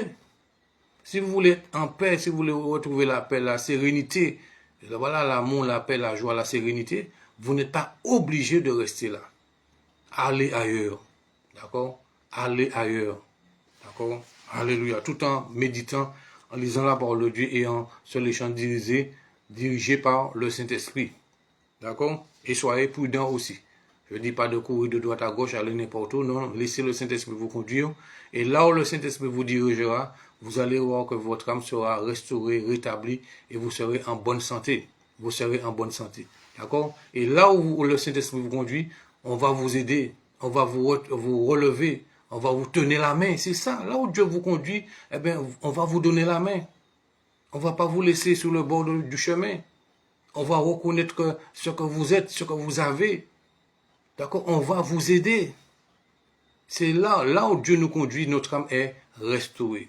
D'accord? Donc non seulement on va vous aider, mais vous allez aussi aider aussi. Vous serez utile dans ce lieu-là. Dieu vous utilisera et vous allez voir la gloire de Dieu. Alléluia. Alléluia. Donc je salue vraiment toute la famille en Christ. Soyez bénis au nom de Jésus-Christ. Alléluia. Donc nous sommes dans l'étude de la parole de Dieu dans l'évangile de Luc chapitre 9 et le verset 56. La méditation continue pour la gloire de Dieu. Alors vous pouvez regarder de nouveau cette étude, cette méditation, et puis partagez-la. D'accord? Je vais la mettre aussi sur YouTube, sur ma chaîne YouTube. D'accord? Donc ma chaîne YouTube, c'est Salut 972. Sur YouTube, vous tapez Salut 972. S-A-L-U-T 972. Vous allez voir ma chaîne. Voilà, Audio Salut en Jésus-Christ. Donc, mais allez sur YouTube et vous tapez Salut 972. Donc, toutes ces prédications-là, ces enseignements-là, vous le trouvez aussi sur YouTube. Et puis, n'oubliez pas de vous abonner. Ça, c'est très important pour que lorsque je fais une nouvelle vidéo, que vous puissiez être les premiers à recevoir les enseignements, les vidéos, tout ce que je vais publier. Donc, n'oubliez pas de vous abonner. Alors, alléluia. Donc, je continue pour terminer. Donc, pendant qu'ils étaient en chemin, un homme lui dit, Seigneur, donc nous sommes dans Luc chapitre 9, verset 57. Pendant qu'ils étaient en chemin, un homme lui dit, Seigneur, je te suivrai partout où tu iras. Voilà. Et Jésus répondit, les renards ont des tanières et les oiseaux du ciel ont des nids, mais le Fils de l'homme n'a pas où reposer sa tête. Il dit à un autre, suis-moi. Là, c'est Jésus qui dit à un autre. Voilà, vous voyez la différence? Il y a un qui est venu qui a dit, Seigneur, je te suivrai partout où tu iras. Mais Jésus lui a fait comprendre que les renards ont des tanières, mais les oiseaux du ciel ont des nids, mais le Fils de l'homme n'a pas un endroit où reposer sa tête. Donc, c'est Jésus qui nous choisit. Jésus qui s'est dit, ce n'est pas vous qui m'avez choisi, mais c'est moi qui vous ai choisi. Et lorsque Dieu t'a choisi, il va te donner la force de le suivre. Il va te donner tout ce que tu as besoin pour le suivre et pour t'attacher à lui et pour faire sa volonté lorsque c'est lui qui t'a choisi. Parce que nous croyons des fois que c'est nous qui choisissons, c'est pas nous. Jésus l'a dit, ce n'est pas vous, je vous ai choisi et je vous ai établi afin que vous alliez et que vous portez du fruit et que votre fruit demeure jusque dans la vie éternelle. Donc c'est Dieu qui t'a choisi. Tu es un choisi de Dieu, mon frère. Tu es un choisi de Dieu, ma soeur. Dieu t'a choisi. Donc si tu es là jusqu'à maintenant, tu persévères, tu écoutes la parole de Dieu, ton âme est bénie, c'est parce que Dieu t'a choisi. Et oui. Donc lorsque Dieu t'a choisi, tu iras jusqu'au bout par la grâce de Dieu. Tu vas persévérer jusqu'à la fin. Peu importe ta situation, mais tu vas tenir ferme. Tu vas garder la foi. Voilà, tu iras jusqu'au bout. Rien ni personne ne va te décourager. Alléluia. Parce que Dieu t'a choisi. Tu es un homme choisi, tu es une femme choisie. Donc, l'homme est venu lui dire, je te suivrai partout. Là, c'est l'homme qui dit, voilà, il était en chemin. Un homme lui dit, Seigneur, je te suivrai partout où tu iras. Mais Jésus lui a fait comprendre que si tu veux me suivre, il y a du chemin. Voilà, il ne faut pas chercher de congé là, il n'y a pas de congé. Quand j'entends aujourd'hui des pasteurs, ils ont à peine 60 ans. 60 ans, ils sont déjà en congé. C'est pas normal. Tu n'as que 60 ans. Tu as déjà pris la retraite, même avant les gens du monde. C'est pas normal. Lorsqu'on sert le Seigneur, on est toujours en activité. Voilà, peut-être qu'on ne fait pas les mêmes choses qu'on était jeune, voilà, dans le jeune âge, mais on est toujours au service du Seigneur. Quand Dieu t'a choisi, quand tu es enfant de Dieu, quand tu es homme de Dieu, femme de Dieu, sers le Seigneur jusqu'à la fin de ta vie. Pour que Jésus puisse te dire, viens bon et fidèle serviteur. Viens bonne et fidèle servante. Mais si tu t'arrêtes en chemin, qu'est-ce que tu vas dire au Seigneur? Ah Seigneur, j'ai pris mon congé à 60 ans. Comment vous avez 60 ans? Vous n'avez même pas encore l'âge même de retraite. Comme les gens du monde, vous êtes déjà à la retraite. Vous ne faites rien, vous ne prêchez plus, on ne vous voit plus nulle part. Vous êtes à la maison en train de faire votre jardin. Et vous êtes pasteur. Vous êtes un homme de Dieu, femme de Dieu. Non, mon frère, non, ma soeur. On n'est pas homme de Dieu seulement jusqu'à 60 ans. Quand tu es serviteur de Dieu, servant de Dieu, tu l'es pour toujours, pour la vie et pour l'éternité. Ça veut dire que tu commences à servir Dieu sur la terre, mais tu continueras à le servir dans l'éternité. C'est ça l'homme de Dieu. La femme de Dieu, il n'est pas limité par ce monde. Ça veut dire que tu as commencé à servir Dieu sur la terre, tu vas continuer à le servir dans l'éternité. dans la louange, dans l'adoration. Et vous savez que dans le ciel, chacun aura son rang, il y a de ceux qui ont des responsabilités. Il ne faut pas croire qu'on va s'ennuyer. On ne va pas s'ennuyer. Voilà, il y aura des récompenses. Il y a de ceux qui vont gouverner. Il y a toutes sortes de choses, d'activités dans le royaume de Dieu. C'est pas une colonie de vacances et puis on va s'ennuyer. Non, non, non. C'est organisé. C'est organisé mieux que ce qui se passe sur la terre là. Donc vous n'allez pas vous ennuyer. Le Seigneur, commencez à servir le Seigneur, ne vous arrêtez pas. Tant que vous avez le souffle de vie dans votre bouche, dans votre nez, servez le Seigneur avec crainte, avec tremblement, avec fidélité, avec droiture, avec intégrité, dans la sainteté, dans l'humilité aussi. Ça c'est important. Dans l'humilité, dans la fidélité. Et vous allez voir que le Seigneur va vous garder. Vous allez rester là, voilà, le Seigneur va vous utiliser là où il veut, comme il veut, et vous ne serez l'esclave de personne. Personne ne pourra faire de vous sa proie. Non, parce que vous êtes là au service du Seigneur. Donc je suis au service du Seigneur. Je suis serviteur du Seigneur Jésus-Christ, roi des rois, Seigneur des seigneurs. Alléluia. Donc même si on ne vous reconnaît pas à certains endroits, il y a des endroits où on ne va pas vous reconnaître comme serviteur de Dieu, comme servant de Dieu, comme pasteur, comme prophète, tout cela. Peu importe. L'essentiel, c'est que Dieu vous reconnaît. Alléluia. L'essentiel, c'est que Jésus vous reconnaît comme son serviteur. L'essentiel, c'est que Jésus vous reconnaît comme son disciple. C'est ça le plus important. Peu importe ceux qui vous reconnaissent, ceux qui ne vous reconnaissent pas, ça, c'est pas un problème. Mais ce qui est important, c'est que Dieu te reconnaît, Dieu sait qui tu es. Voilà. Et les démons savent aussi. Le pasteur Surbon aussi avait porté une étude biblique sur cela. D'accord? Les démons savent qui vous êtes. Ils savent. Et oui, peut-être qu'il y a des gens qui vous méprisent. Ah, monsieur, monsieur, monsieur, c'est qui?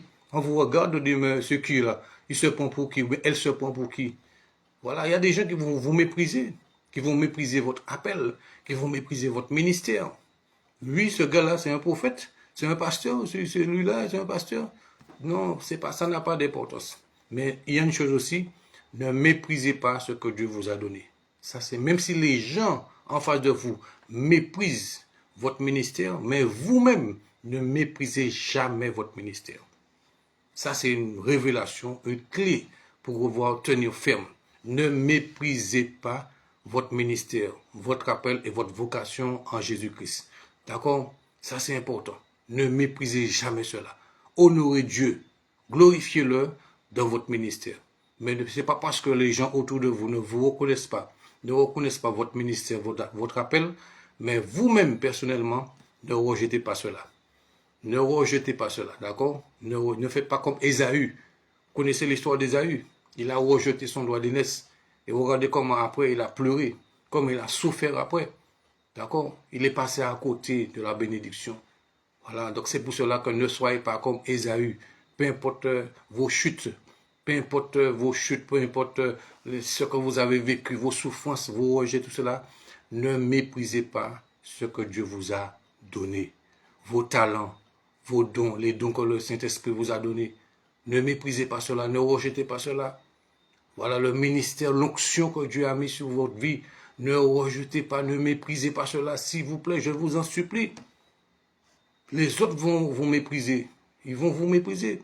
Parce qu'il suffit que vous peut-être commettez 2 ou 3 erreurs, tout de suite on vous rejette, on vous met de côté, on dit que vous n'êtes pas ceci, vous n'êtes pas cela, à cause de vos erreurs. Ce n'est pas vrai. Les erreurs que vous avez commises dans le passé n'enlèvent pas l'appel, la vocation, le ministère que Dieu vous a donné. N'oubliez jamais cela. N'oubliez jamais cela. Le Saint-Esprit est là avec vous et demeure éternellement. Il ne fait pas le va-et-vient. Jésus-Christ a dit qu'il a mis son esprit en nous afin qu'il demeure en nous et avec nous éternellement. Donc, les gens qui vous disent que vous n'avez plus l'onction, vous n'avez plus ceci, vous n'avez plus cela, vous devez savoir qui vous êtes, connaître votre identité. Ça, c'est important. L'homme de Dieu l'a parlé aussi, l'a enseigné. Donc, connaître votre identité en Christ. Il faut savoir. Ce n'est pas les gens qui vont vous dire, vous avez un nom, vous avez un état civil, vous avez une carte d'identité, vous avez un passeport. Ce n'est pas quelqu'un qui va venir vous dire, monsieur, vous vous appelez un tel.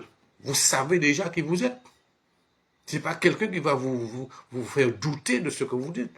que vous êtes, de votre nom, de votre prénom, de votre date de naissance. Vous savez quel jour vous êtes né, quel mois, quelle année, vous connaissez votre prénom, votre nom de famille. Donc, quelqu'un va venir vous dire que vous n'êtes pas né tel endroit. Vous allez douter pour cela? Donc, ne doutez pas de ce que vous êtes en Jésus-Christ. Ne doutez pas de votre ministère. Ne doutez pas de votre position d'enfant de Dieu. Ne doutez pas de votre position de disciple de Jésus-Christ. Ne doutez pas jamais de cela. Voilà. Ne soyez pas dans l'apostasie, mais gardez la foi. Sachez qui vous êtes. Parce que Jésus vous connaît, les esprits vous connaissent aussi. Même si les hommes ne vous connaissent pas, les humains doutent de vous, ne vous connaissent pas, mais sachez que dans le monde spirituel, vous êtes connus et vous êtes reconnus. Non seulement vous êtes connus, mais vous êtes aussi reconnus dans le monde spirituel. Donc ne décevez pas Dieu.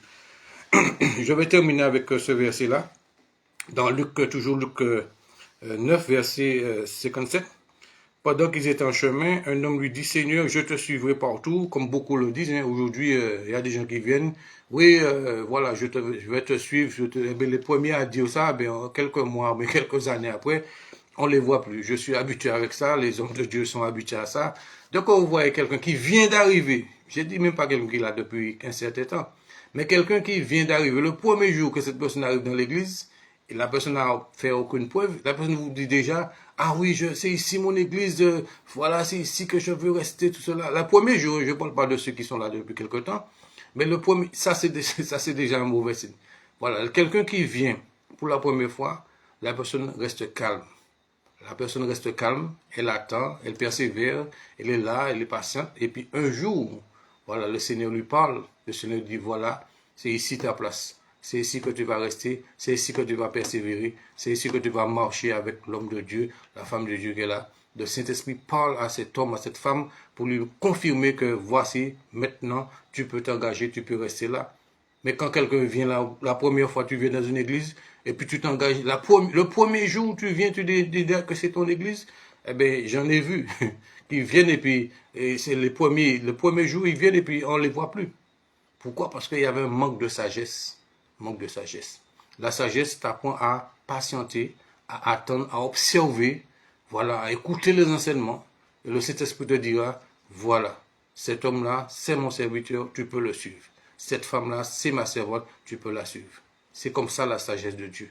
Dieu ne fait rien comme cela avec précipitation, et puis après non, les gens disparaissent. D'accord? Ça, c'est faire attention aux gens qui disent je te suivrai partout, tout cela, et qui viennent pour la première fois.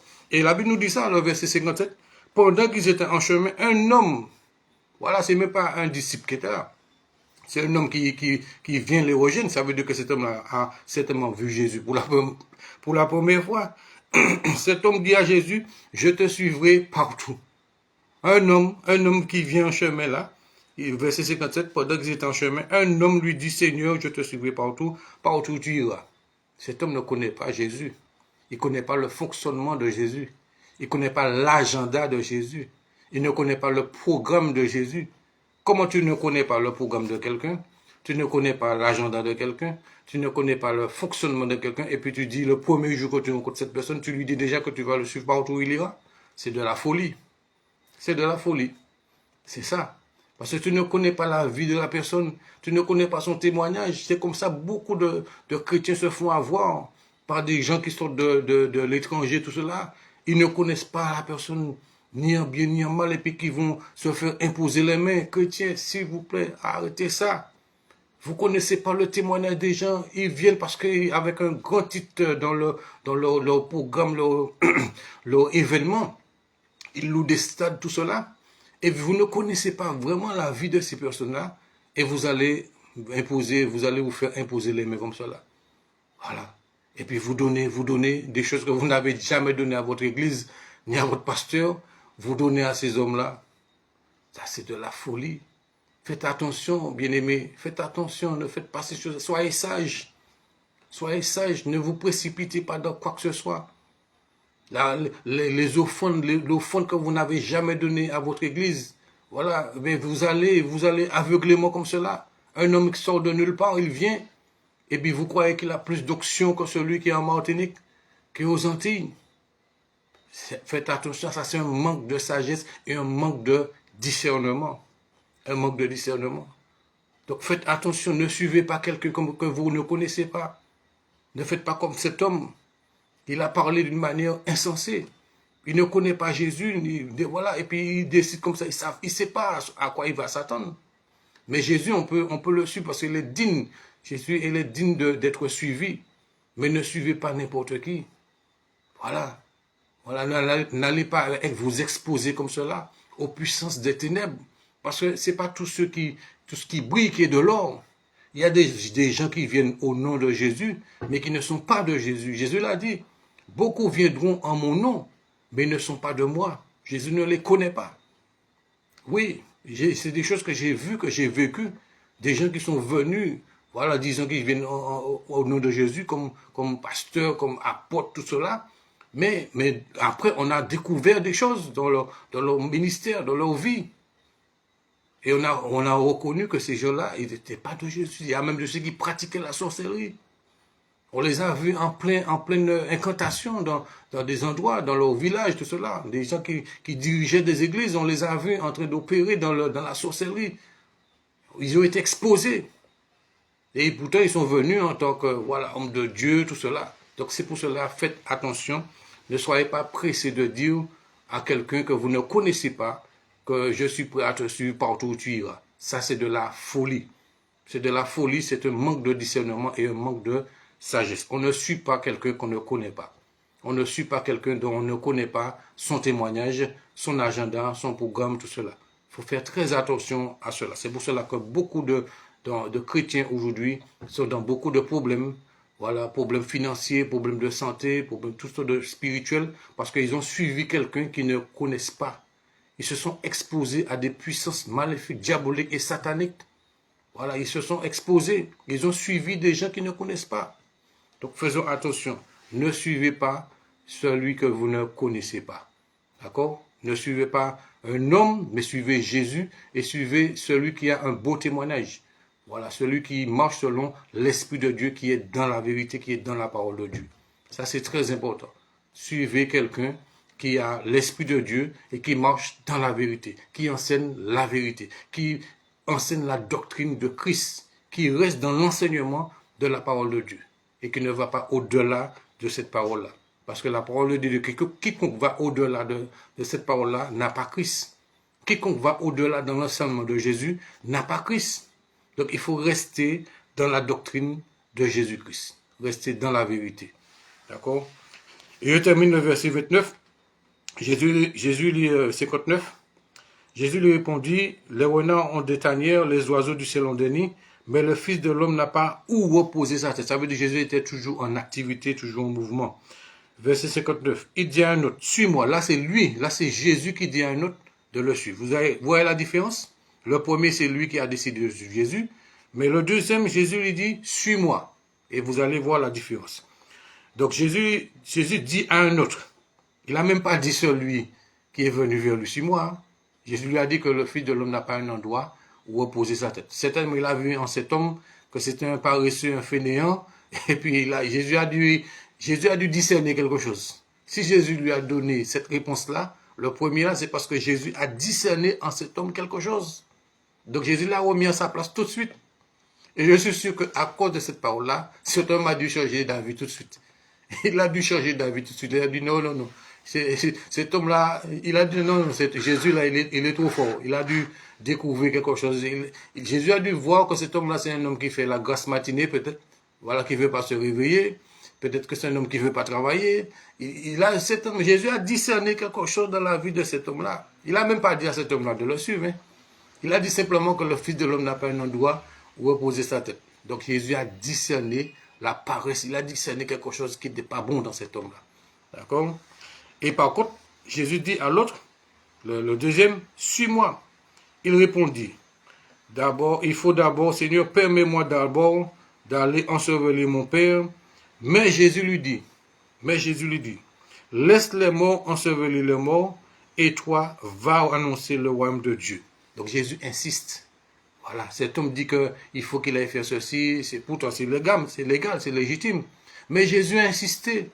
Quand Jésus te choisit, Il t'a choisi, il insiste pour que tu puisses le suivre. Il tient à cela. Il tient à cela, à ce que tu puisses le suivre. Il te donne vraiment les directives.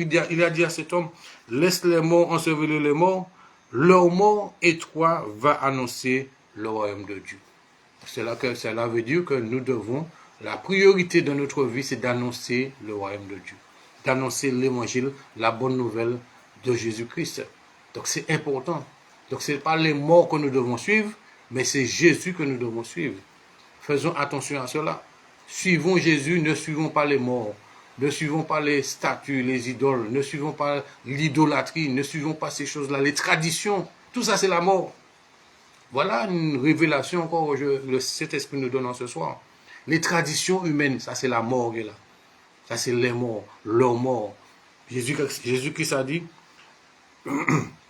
laisse les morts ensevelir leurs morts. Ça veut dire que Jésus dit, suis-moi. Voilà, annonce le royaume de Dieu. Ne suis plus ces choses-là. Ne suis plus les traditions, les coutumes du monde, les traditions du monde. Ça, c'est la mort. Ne suis plus ces choses-là. Va annoncer le royaume de Dieu. Alléluia, homme de Dieu, femme de Dieu. Va annoncer le royaume de Dieu. Annonce l'évangile en tout lieu, en tout temps et en toutes choses. Ce n'est pas les traditions pour annoncer. Jésus n'a pas dit d'annoncer les traditions, les coutumes, les habitudes du monde, mais c'est l'évangile, la bonne nouvelle qu'il faut annoncer en tout lieu, en tout temps et en toutes choses et par tous les moyens. Tous les moyens, la radio, la télévision, Internet, tout ce que nous avons à notre disposition, techniquement, nous devons l'utiliser pour annoncer le royaume de Dieu. C'est important.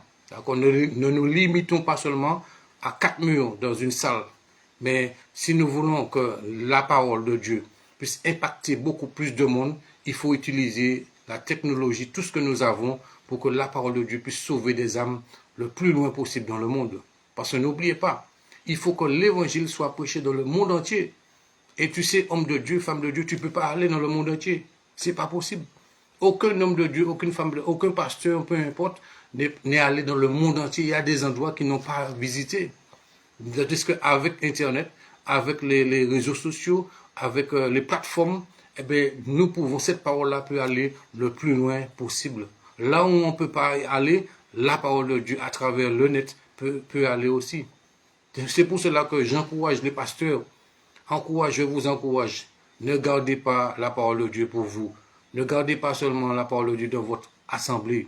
Pensez aux gens qui sont dans le monde, qui ont soif de la parole de Dieu. C'est pour cela qu'il faut enregistrer vos cultes. Enregistrer, même si vous n'enregistrez pas tout, mais au moins la prédication. Au moins la prédication, c'est important. Ne pensez pas seulement aux gens qui sont devant vous. C'est ça, ne limitez pas Dieu dans 4 murs. N'enfermez pas Dieu dans une boîte. N'enfermez pas Dieu dans 4 murs, mais partagez la parole. Ce que vous dites aux âmes qui sont devant vous, eh bien, que cette parole puisse aller le plus loin possible à travers l'Internet. Et oui, ne soyez pas, nous ne sommes pas une secte. Nous sommes vivants et la parole de Dieu est vivante. Donc, laissez la parole de Dieu faire son chemin. Laissez cette parole faire son chemin et aller le plus loin possible partout dans le monde. Peut-être que cette parole-là que je vous adresse aujourd'hui, il y a des gens de l'Afrique, de la France, de l'Europe, de l'Asie qui regardent ce message. Et parmi ces personnes-là, il y a de ceux qui sont sauvés, mais il y a de ceux qui seront sauvés aussi, qui seront touchés à cause de cette parole. Donc ne limitons pas la parole de Dieu à nos 4 murs. Ne limitons pas la puissance et l'onction de Dieu à notre dénomination. Dieu n'est pas sectaire. Dieu n'est pas sectaire. Donc laissons la parole aller le plus loin possible avec tous les moyens que nous avons. D'accord? Par la grâce de Dieu, si Dieu le veut, nous aurons aussi à intervenir, hommes de Dieu, femmes de Dieu, tout ce que le Seigneur va toucher à la télévision aussi. Donc je vais vous annoncer ça bientôt. Nous aurons à intervenir aussi là, sur les radios des Antilles, Martinique, Guyane, Guadeloupe aussi. Donc préparez-vous tout cela. D'accord? Quand vous aurez l'émission, eh bien, invitez vos amis, voisins, voisines à regarder aussi. Tout cela, c'est pour le salut des âmes, c'est pour la gloire de Dieu. Et c'est ça, prêchons, parlons, agissons, mon frère, ma soeur, homme de Dieu, femme de Dieu, pour que les gens soient sauvés. Voilà. Ne prêchons pas une église, ne prêchons pas une dénomination. Prêchons Jésus, enseignons toute la parole de Dieu. Le but, c'est que les âmes soient sauvées par dizaines, par centaines, par milliers et par dizaines de milliers et plus. Mais pour cela, nous avons besoin de demeurer dans la parole de Dieu. Nous avons besoin d'être dans la vérité. Et le dernier verset, mais Jésus lui dit, voilà, il a dit qu'il faut qu'il aille d'abord ensevelir son Père. Mais Jésus lui dit, laisse les morts ensevelir leurs morts. Et je vais vous expliquer les morts là que Jésus parle là, ce n'est pas seulement l'enterrement, ce n'est pas seulement les cérémonies funèbres, mais ça aussi, ça concerne les traditions. Ça concerne tout ce qui est mort devant Dieu. Voilà, tout ce qui n'a pas de valeur, tout ce qui est du monde, les choses du monde, laisse ces choses-là et va annoncer le royaume de Dieu. Ce n'est pas seulement des cérémonies funèbres qui est parlé là. Ça va au-delà des cérémonies funèbres. Jésus l'a dit, laisse les morts ensevelir leurs morts et toi va annoncer le royaume de Dieu. Un autre dit, je te suivrai, Seigneur, mais permets-moi d'aller d'abord prendre congé de ceux de ma maison. Jésus lui répondit, quiconque met la main à la charrue et regarde en arrière n'est pas propre au royaume de Dieu. Voilà, cet homme dit à Jésus, je te suivrai, mais, voilà le problème. Il y a de ceux qui posent à Jésus, qui font du chantage avec Jésus. Oui, Seigneur, je veux te suivre, mais, c'est ça que cet homme-là a dit. Seigneur, je te suivrai, mais, voilà, je te suivrai, mais, permets-moi d'abord de prendre congé de ceux qui sont dans ma maison. Jésus lui répondit, quiconque met la main à la charrue et regarde en arrière n'est pas propre au royaume de Dieu. Ça veut dire que lorsque tu t'engages à servir le Seigneur, lorsque Dieu t'a choisi, lorsque Dieu t'a établi, lorsque Dieu t'envoie, lorsque tu es engagé dans l'œuvre de Dieu, tu ne t'arrêtes pas. Tu ne retournes plus en arrière.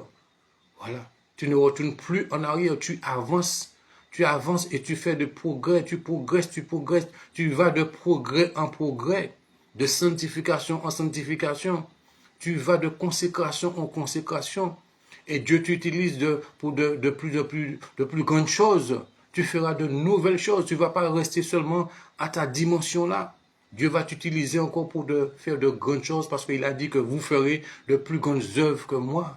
Jésus nous l'a dit. Donc nous devons entrer dans ces choses, hommes de Dieu, femmes de Dieu. Nous devons entrer dans des plus grandes œuvres. Voilà, les plus grandes œuvres que Jésus a parlé là. Nous devons entrer dans cela à partir de 2025 au nom de Jésus-Christ. Et je suis avec vous par la grâce de Dieu. Je suis tous ceux qui ont cette vision-là de faire de grandes choses, les grandes choses que Jésus-Christ parle là. Nous devons entrer dans cela à partir de 2025. Et le Seigneur va nous accompagner. Le Seigneur sera avec nous dans ces grandes choses. Mais pour cela, il faut suivre Jésus fidèlement, humblement, dignement, librement. Voilà, il faut le suivre, il faut s'attacher à lui.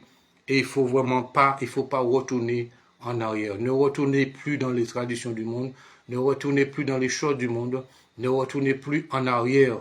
Quiconque met la main à la charrue et regarde en arrière n'est pas propre au royaume de Dieu.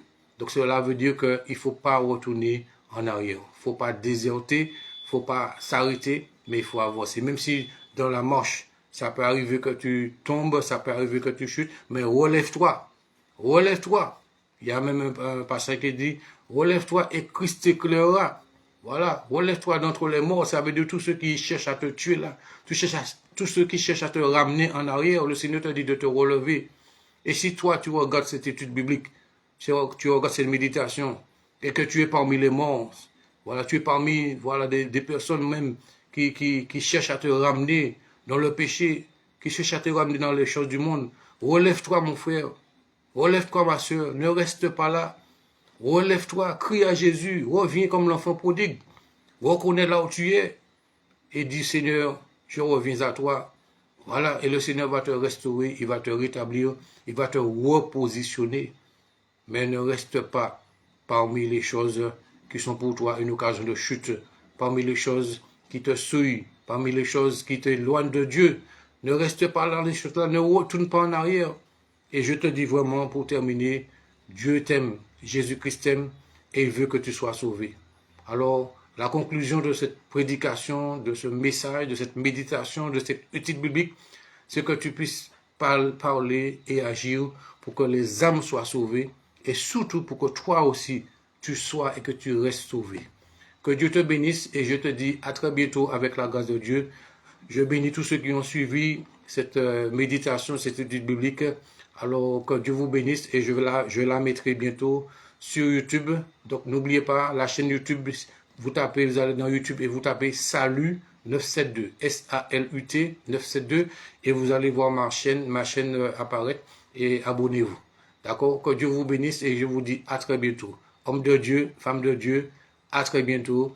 Marchons la main dans la main, prions les uns pour les autres et avançons avec le Seigneur Jésus. Et Jésus-Christ confirmera sa parole à travers des miracles, des prodiges, des guérisons, des délivrances, mais aussi des repentances et des conversions. Et nous allons voir des âmes sauvées au nom de Jésus-Christ. Que Dieu vous bénisse et à très bientôt. Merci.